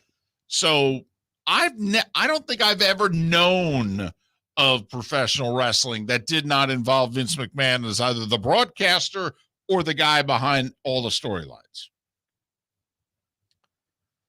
And if they sell it, they're going to get $6 billion. Oh, man. By the way, when it's that much money, I mean, you make fun of me and I've made fun of me about, workaholic and loving work and what have you. But when somebody tells you that what you're doing is worth $6 billion, I mean, do you love work that much? That much? Can't you just, I don't know, pick up a hobby? Right. How about gardening? Something. How about a vacation? And they can't. They're just built differently. $6 billion. I got you. I mean, what's Mega Millions up to now? 790? It's It'll darn be near 800. enough to buy an MLS team, David. Well, I don't know after taxes. I don't know. That's why I said darn near enough. I was going to say, can 400 million get you a soccer team anymore? I think it can get you one or two. Bottom end. I don't know if I'd want to buy those. Probably want to relocate them if I bought them. I'm sure you would. I mean, that's the first thing I'd be doing. Sure you would. But then somebody's got to build you a stadium and all that. You'll have nothing to contribute. You've spent all your money buying the franchise. Partners. It'll be a mess. I need partners. Hey, some news just kind of broke. What? Literally in the last 4 minutes, because I believe that it came out right at 9 o'clock this morning. The NFL has launched a streaming service, NFL Plus. Hold on a second. Does the NFL need a streaming service? Well, here's what's interesting about it is it does nothing. It's not going to compete at all with Sunday Ticket, but it will allow you in your own market to stream the games and watch all of the games that are on local and primetime games and preseason, I guess, out of market preseason games. Okay. So let's go from today through a season. So for preseason, NFL Plus gives you access to every preseason game. Correct. All out of market games. Okay. And there's two tiers of this. One's $4.99 a month. One's $9.99 a month. Okay. But I mean, once again, you and I don't care about preseason. I think most people now don't really care about preseason, right? Oh, No? I think you're crazy. So you think we're in the minority? Would have been a good poll question if we'd have done one today. We can save it till Save tomorrow. it for tomorrow. Sure. Okay, so then once the season starts, NFL Plus is offering live, local, so like in our instance, it'd be either Dolphins and or Bucks, right? Or Yes. or do you think we qualify as local? I don't think we qualify as local. No, I don't think we do either. Okay, so we get live, local, and prime time regular season and playoff games. And we also get local and national audio for every game. So we can hear Deckerhoff's last year of doing the Bucks. Now, I don't know, again, if we qualify for local here in the Fort Myers, Naples market for those that have joined us for the bonus hour elsewhere. Obviously, Tampa would, and Miami would for their games. Because I don't think we'd get both. Do you think there's a market for this? Cord cutters who don't have unless you buy a digital antenna, when you cut the cord, you don't have local access. Now, they're saying this is for phones and tablets only, but can't you find a way to then put this on the big screen? You can right. Run it right from your phone onto a television with.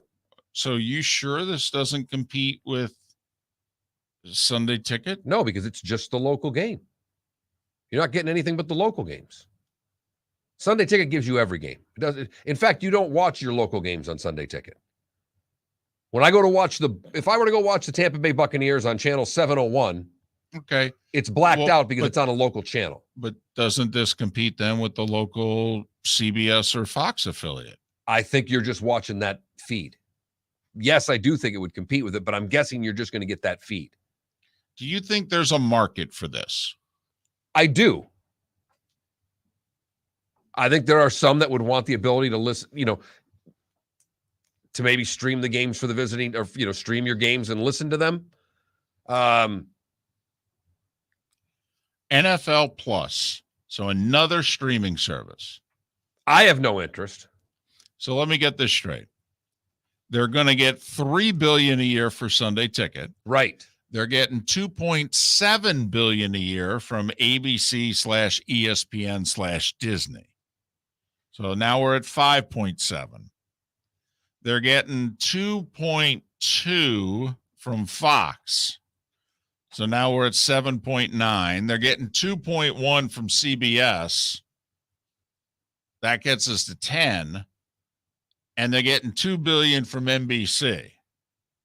Is this the precursor for whenever these next TV deals are done to try to get more money out of the networks because you've got a way to control the local games now as well?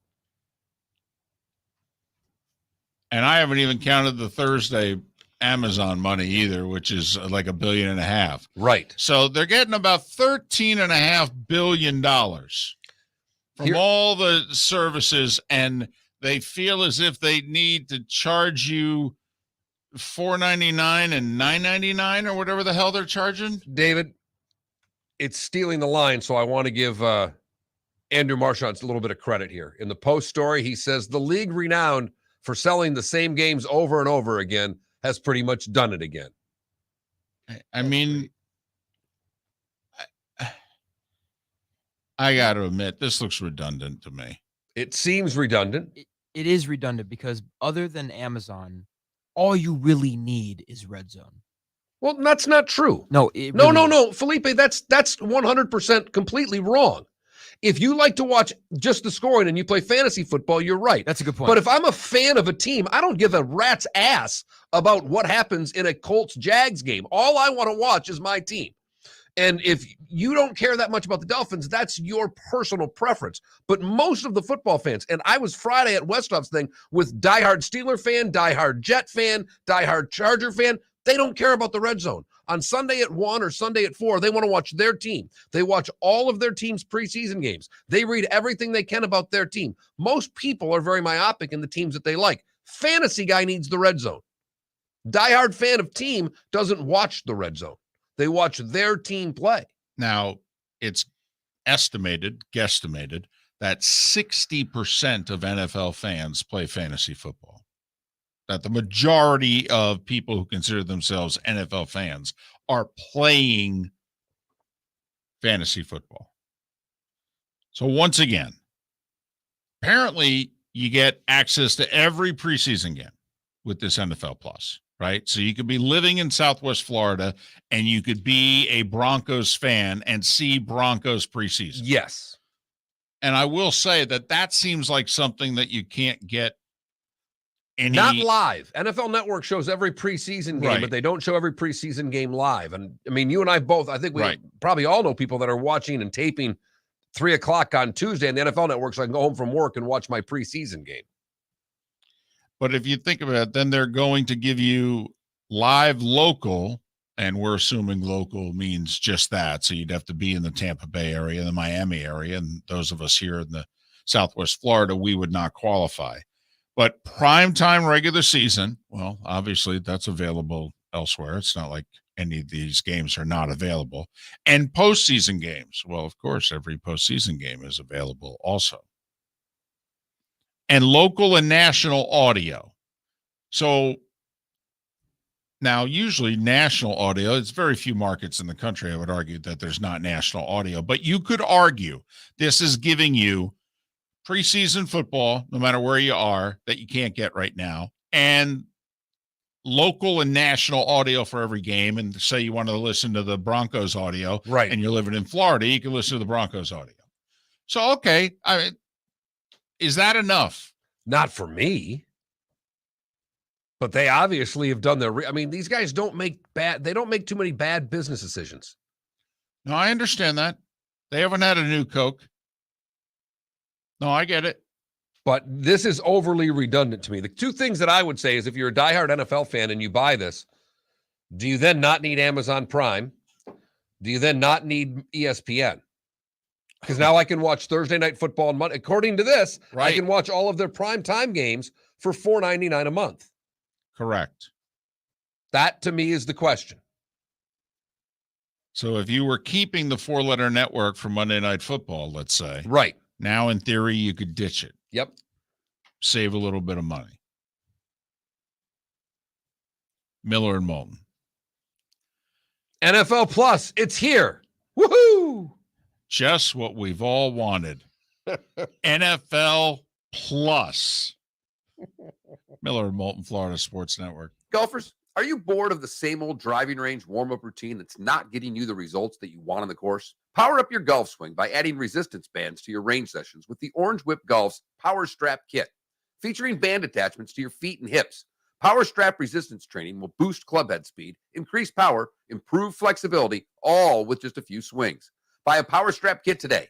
Go to orangewhipgolf.com and use code Miller10 to receive an additional 10% off the already great price of $119. David Moulton for Napa, Napa Auto Parts, and Napa Filters. Insist on Napa filters for your vehicles, or if you're a do-it-yourselfer, only buy Napa filters. Napa has a filter for almost anything on earth that moves, whether it's motorcycles, foreign and domestic cars, vans, SUVs, earth-moving equipment. You get the idea. Napa Auto Parts, Napa filters. Insist on them for your vehicles, or if you're do-it-yourselfer, only buy Napa filters. Bring your big mouth to John Smith Subs and indulge in their overstuffed subs with the freshest quality ingredients. Enjoy our famous steak bomb with perfectly grilled marinated sirloin steak topped with provolone cheese, grilled onions, peppers, mushrooms, crispy bacon, juicy tomatoes, and creamy mayo. Boom! Made-to-order crispy fries can be paired with the Gator, the Cuban, the Chicken Bomb, or the Italian. Love local. Eat delicious with John Smith Subs. Find a John Smith Subs location near you today. Mark Miller for SWFL Golf Carts, or online, flgolfcarts.com. If you're looking for a golf cart, an e-bike, or an e-motorcycle, go visit Alex and the gang at SWFL Golf Carts. flgolfcarts.com online. Check out their whole inventory. If you're looking for a custom cart, they can take care of you. 2-seater, 4-seater, 6-seater, they've got you covered. E-bikes, nobody better for value and service. E-motorcycles, check them out. Again, flgolfcarts.com. flgolfcarts.com. You were listening to Miller and Moulton on the Florida Sports Network.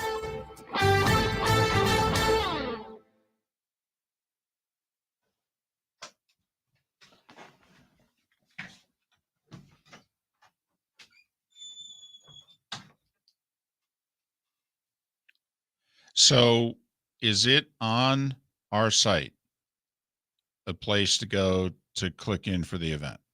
Yes. Is the blog there with it explaining it? No. Well,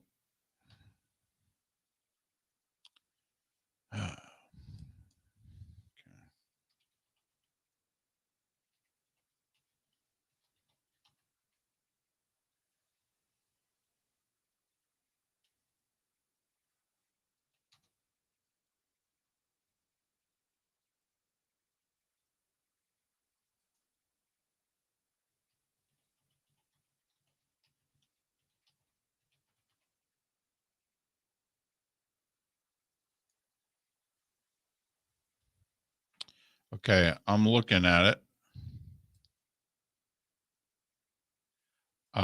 So the red thing, click on the.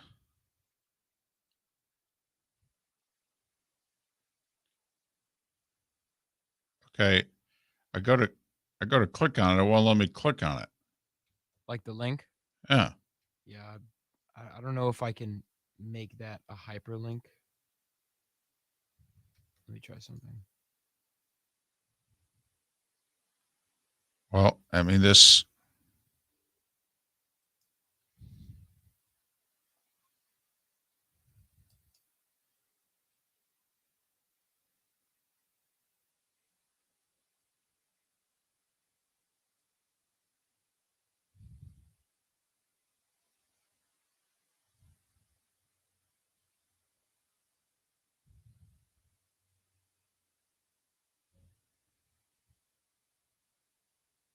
Yeah, this is not working.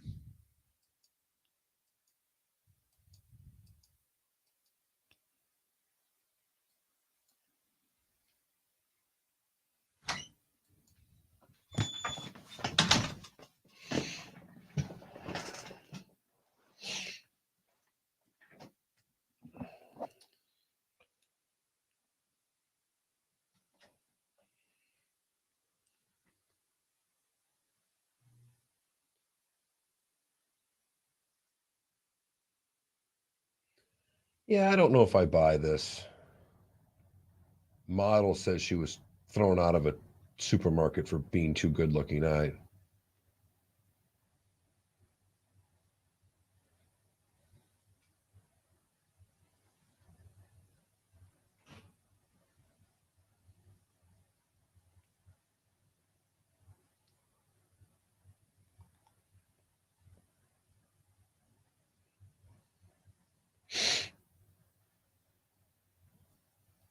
Did you say supermodel thrown out for being good? No, Too good-looking? an influencer. That's what she's claiming. She was thrown out of a grocery store for being too hot. My guess is she was probably naked inside the grocery store. Oh, shit. No, like I agree with you. What did we talk about last sorry, show? Sorry. God, I wish everybody'd be a little more careful of that. What is...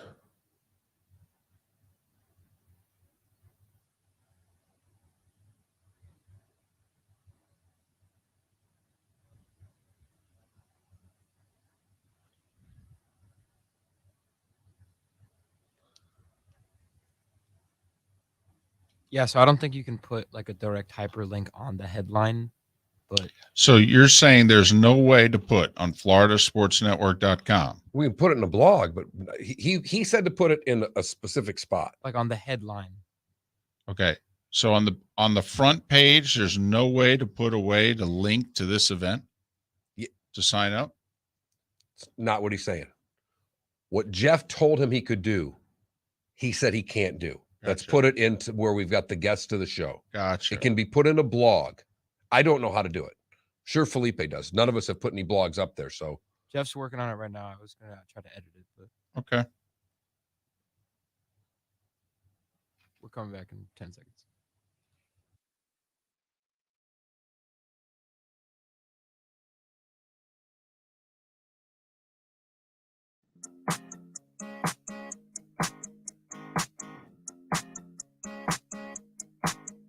You're listening to Miller and Moulton, exclusively on the Florida Sports Network.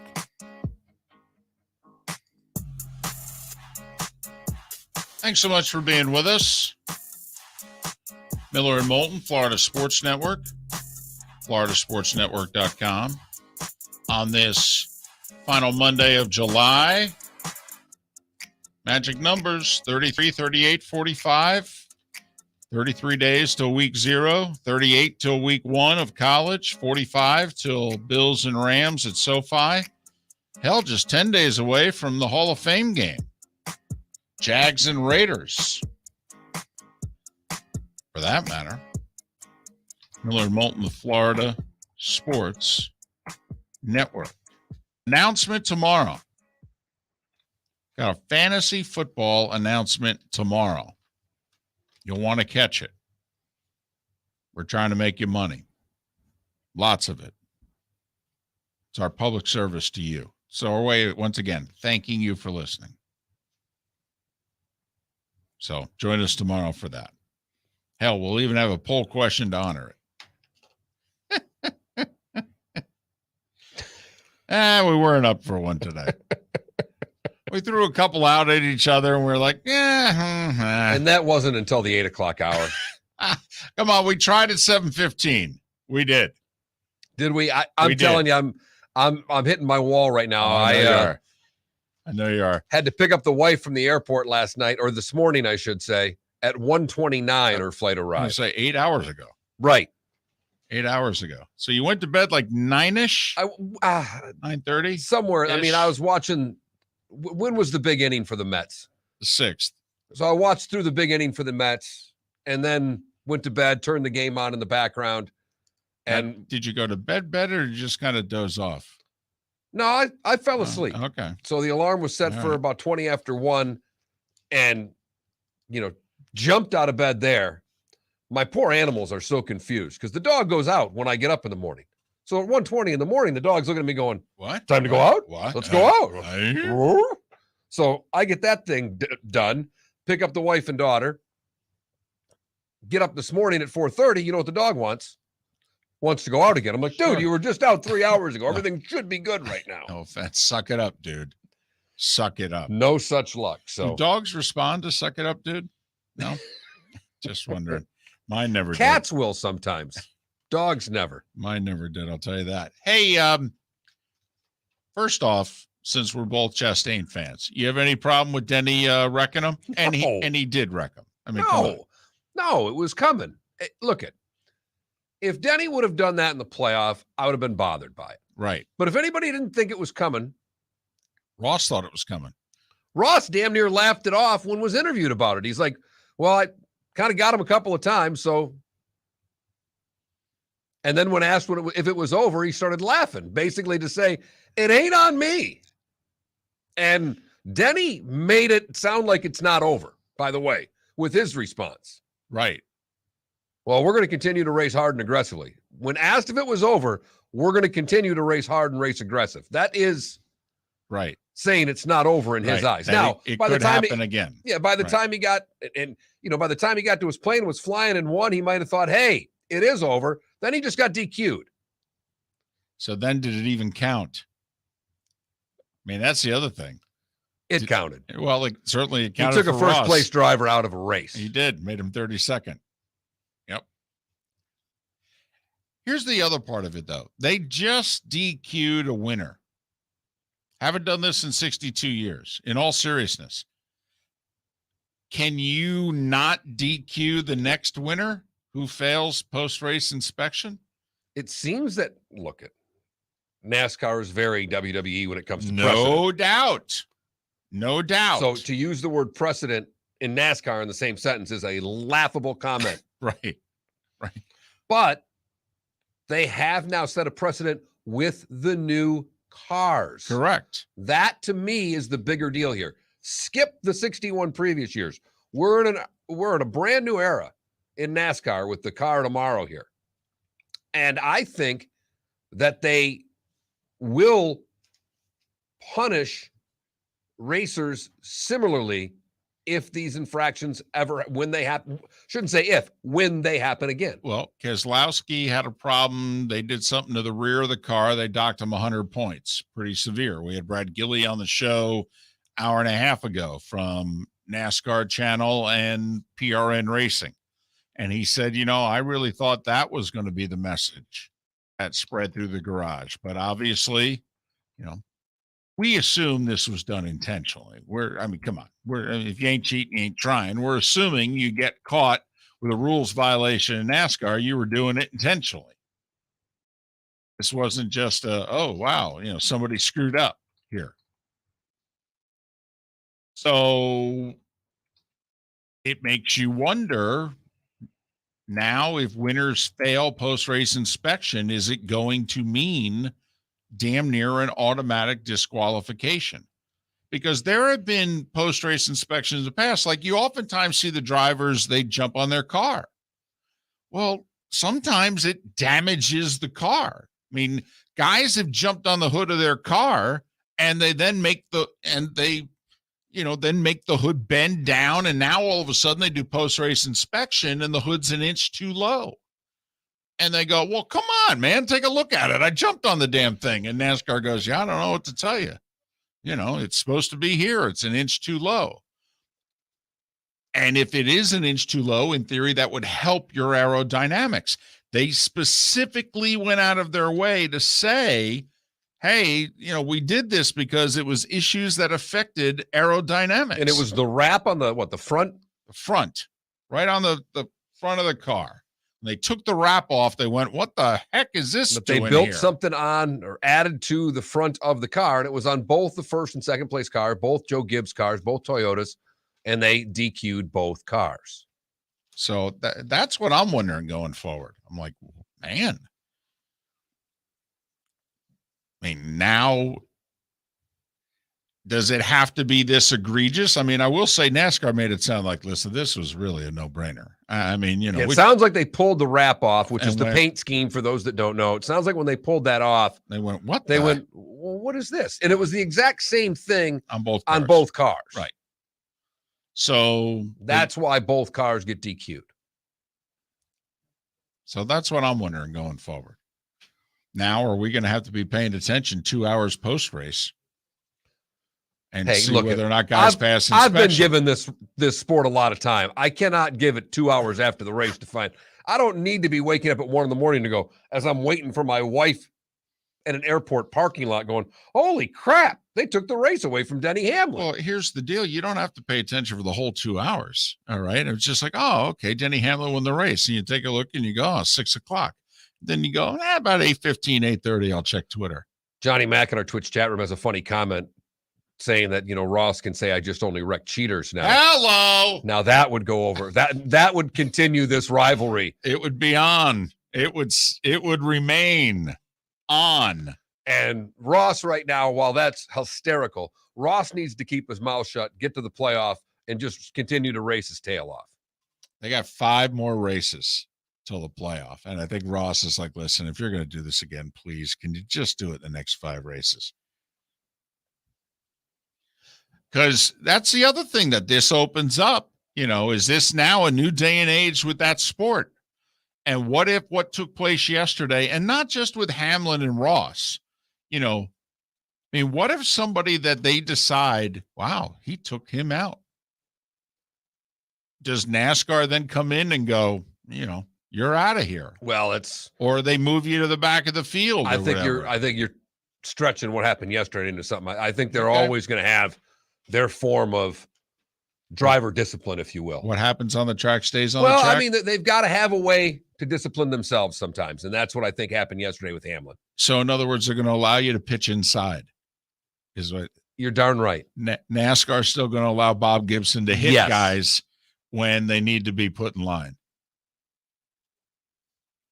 or when they get traded from the Cardinals to the Phillies and they're best friends, and he hits them first time up. And Bill White goes, what the hell is that for? Bob goes, just want to let you know you're on the other team now. Miller and Moulton, Florida Sports Network.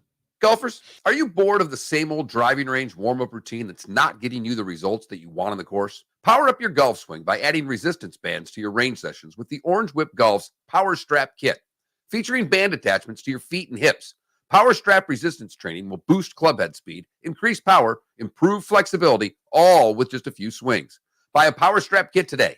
Go to orangewhipgolf.com and use code Miller10 to receive an additional 10% off the already great price of $119. David Moulton for Napa, Napa Auto Parts, and Napa Filters. Insist on Napa filters for your vehicles, or if you're a do-it-yourselfer, only buy Napa filters. Napa has a filter for almost anything on earth that moves, whether it's motorcycles, foreign and domestic cars, vans, SUVs, earth-moving equipment. You get the idea. Napa Auto Parts, Napa filters. Insist on them for your vehicles, or if you're do-it-yourselfer, only buy Napa filters. Mark Miller for SWFL Golf Carts, or online, flgolfcarts.com. If you're looking for a golf cart, an e-bike, or an e-motorcycle, go visit Alex and the gang at SWFL Golf Carts. flgolfcarts.com online. Check out their whole inventory. If you're looking for a custom cart, they can take care of you. 2-seater, 4-seater, 6-seater, they've got you covered. E-bikes, nobody better for value and service. E-motorcycles, check them out. Again, flgolfcarts.com. flgolfcarts.com. Bring your big mouth to John Smith Subs and indulge in their overstuffed subs with the freshest quality ingredients. Enjoy our famous steak bomb with perfectly grilled marinated sirloin steak topped with provolone cheese, grilled onions, peppers, mushrooms, crispy bacon, juicy tomatoes, and creamy mayo. Boom! Made-to-order crispy fries can be paired with the Gator, the Cuban, the chicken bomb, or the Italian. Love local. Eat delicious with John Smith Subs. Find a John Smith Subs location near you today. You were listening to Miller and Moulton on the Florida Sports Network. There, sign up today. Where do they sign up? There's no sign up on the thing. Oh, now he's okay. Now he's got the blog post up. But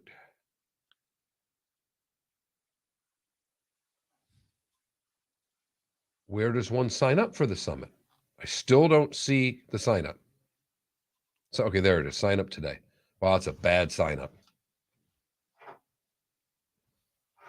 That's the, I mean, it's got a damn map on there. We need a picture. I'll call him after the show. This has got to be better than this. Can you go back to the homepage? Yeah. Miller and Moulton Fantasy. Right, you can't sign up. No. All right, so where do you go to? Here. You know what? Needs to be here. It needs to be right there. He should put sign up below. This needs to be a better sign up. But that's just me. Needs to be like the golf tournament. There needs to be a picture. There needs to be. Are you going to reach out to him? Yeah. All I don't right. understand why we can't do a T-shirt. What was the whole thing that we're not doing a T-shirt? Marty said no to the T-shirt. Yeah.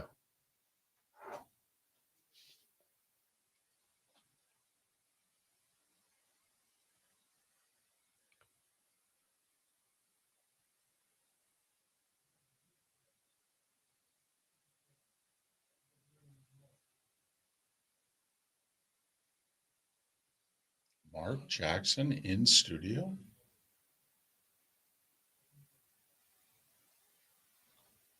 Wow.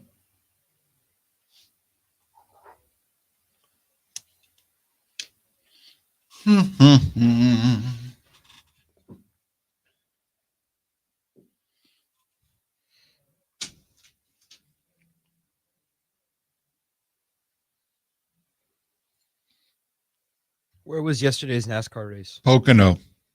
Pocono? Pocono. Pocono. Oh, Pocono.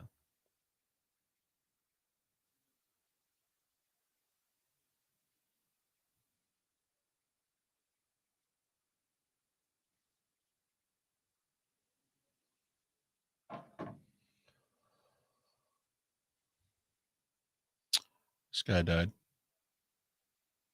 from Titanic. Yeah, I couldn't even tell you who that. I saw some director died too. I didn't know who he was either.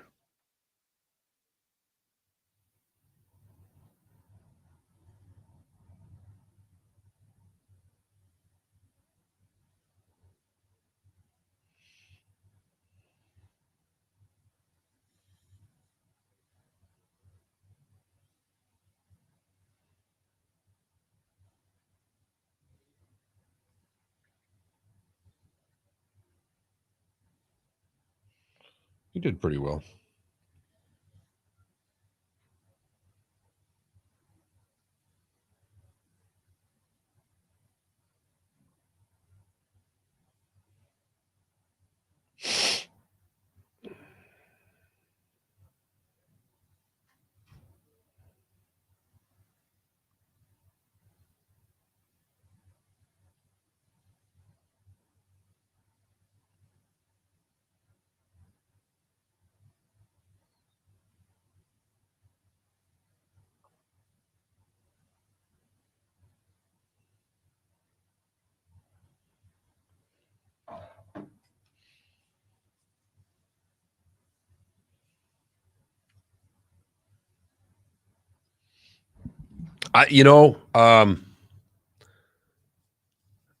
I think if I had an OnlyFans account and I was recognized, I think that would be fantastic. But that's just me.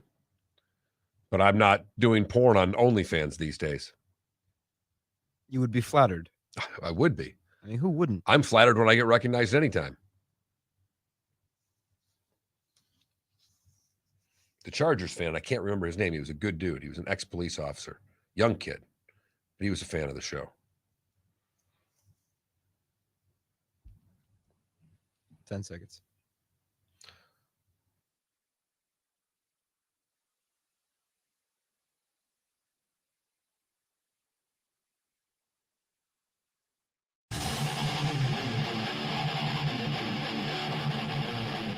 You're listening to Miller and Moulton, exclusively on the Florida Sports Network.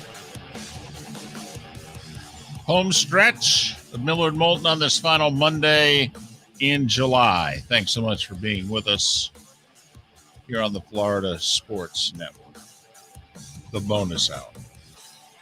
You know, we were talking that NFL Plus, where you can listen to games on your phone but not watch them.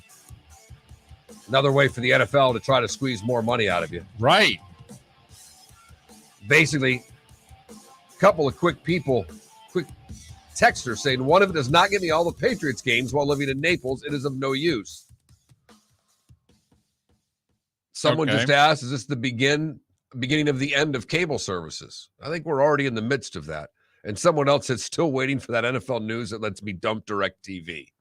That will not be until this time next year. Right. One more year. Or February. Well, either way, one more NFL season. Correct. That you're going to have to endure NFL Sunday Ticket on DirecTV only, if that is your way to take in games. And this is the league that beginning next year will be earning roughly $13.5 billion from how it is they televise their games.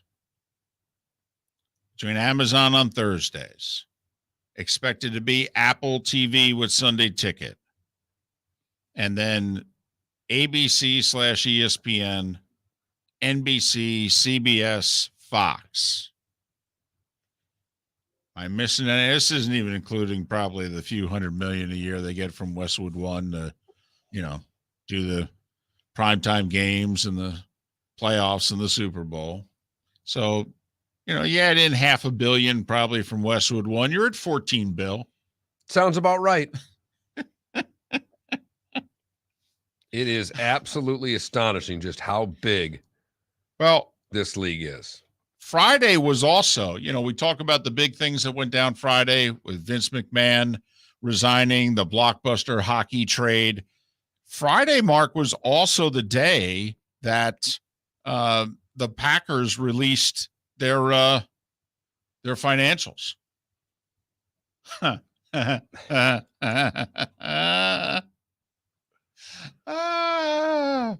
The league hates them. Yes. Boy, do they wish that franchise got sold to a billionaire who could keep all this info private. So apparently they took in like nearly $600 million in revenue last year. You talk about the network TV clump that they got, by the way, was like $360 million. That was just the league sending it out to all the teams. This is what every team got. Well, remember, the cap last year was roughly $200 million. Now, that doesn't mean that's all you spend. I mean, teams oftentimes, they work the cap. Sometimes you're spending $170 million, and yet your cap figure's 200 plus. And sometimes you're spending $280 million, and your cap figure's 200 plus. But they apparently were spending on salaries last year about $1.90. And the NFL just cut them a check for like $350, $360. We're not including local revenue of any kind. We're not including ticket sales or nothing. So, I mean, right then and there, as Andrew Brandt continues to write about, the NFL is making, and this is just, and now the really big money kicks in next year. And that's why Andrew Brandt said, do you remember about 5-6 years ago when the NBA salary cap went crazy? Well, that was right when they got the new TV deal from ESPN and Turner. And he goes, and do you know what the NBA is going to get about 2-3 years down the road? Another new deal with ESPN and Turner. And he goes, and that's partly why salaries are going in the direction they're going, which right now look excessive. And trust me, 3-4 years from now, they're going to be able to afford it laughing. And I think it's going to be the same with the NFL.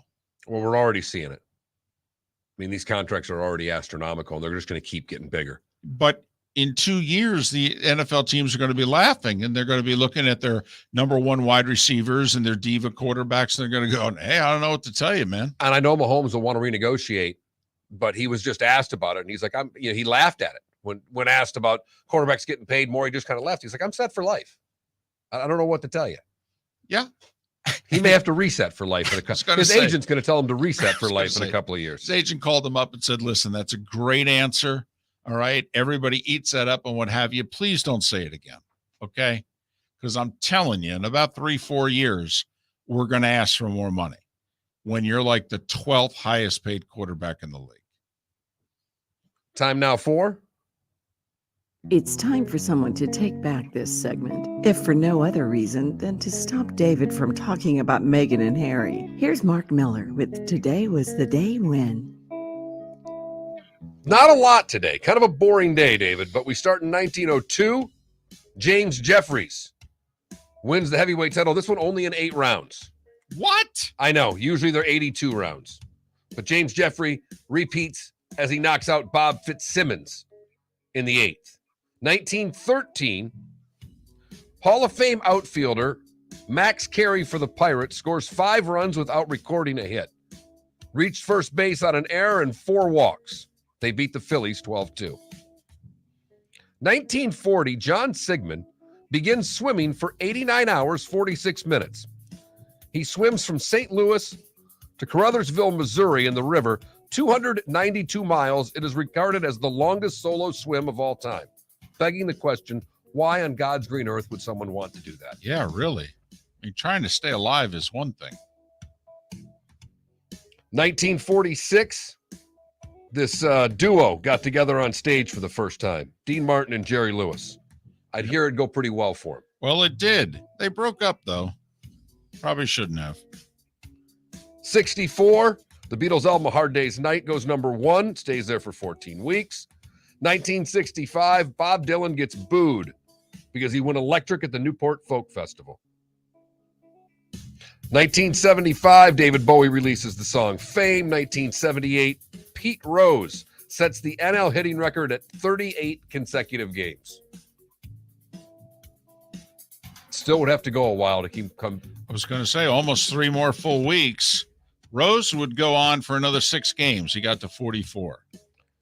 Today in 1980, our lives all got better. Caddyshack was released today. 1983, Metallica's debut album Kill 'Em All was released. Today in 1990 was when Roseanne Barr sang the anthem at the Padres game. Oh, wow. Pretty much it began a long downfall for her. She'd revive and then blow it again.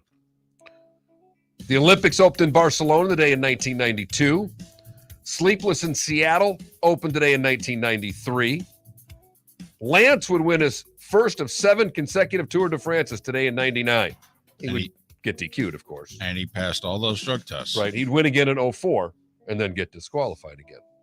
Those born today that are no longer with us, Basketball Hall of Famer Nate Thurmond and Pro Football Hall of Fame running back Walter Payton would have been 68 years old today. Those that are still with us, actor Matt LeBlanc is 55, pitcher Billy Wagner is 51, Alvin Kamara is 27, and Bryce Young is 21 years old today. And by the time he turns 22, he's going to be rich. He isn't already? Well, I mean, he made pretty good money in the NIL last year. That's true. But he'll get one more year at NIL, and then he's going to be a top 3 pick. Right. Then he's going to be wealthy. A couple of things to throw out there. All right. Do you remember the world's first test tube baby? You were like 9. Yeah, I do. It's on this day in 78. And this was kind of a big deal back in the day. Rock Hudson announced he had AIDS on this day in 85. Anything from you, Felipe? From the bubble? Nothing? Nothing. Kevin Durant didn't score 38 and 12 and 5 in the bubble today. Nothing. Some meaningless NBA game. Sacramento Kings Summer League? Nothing? Kevin Durant didn't play in the bubble, Mark.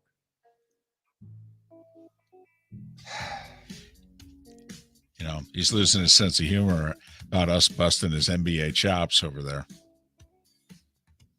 You've heard folks elsewhere mock Florida is gonna Florida. Well, Mark Miller sees it differently. He calls it the good, the bad, and the ugly. What you got, Mark? Anthony Torres is the good. He was swimming at a Brooklyn park when he noticed a 5-year-old drowning in the pool. The lifeguards did not see him, so he pulled him to the surface where he was able to get the child out of the water. Lifeguards gave CPR for nearly 3 minutes when he finally came to. So good for all involved in Brooklyn. For the bad, we go to Russia, where a chess robot was playing against a 7-year-old opponent and apparently didn't like the move he made and broke the 7-year-old's finger.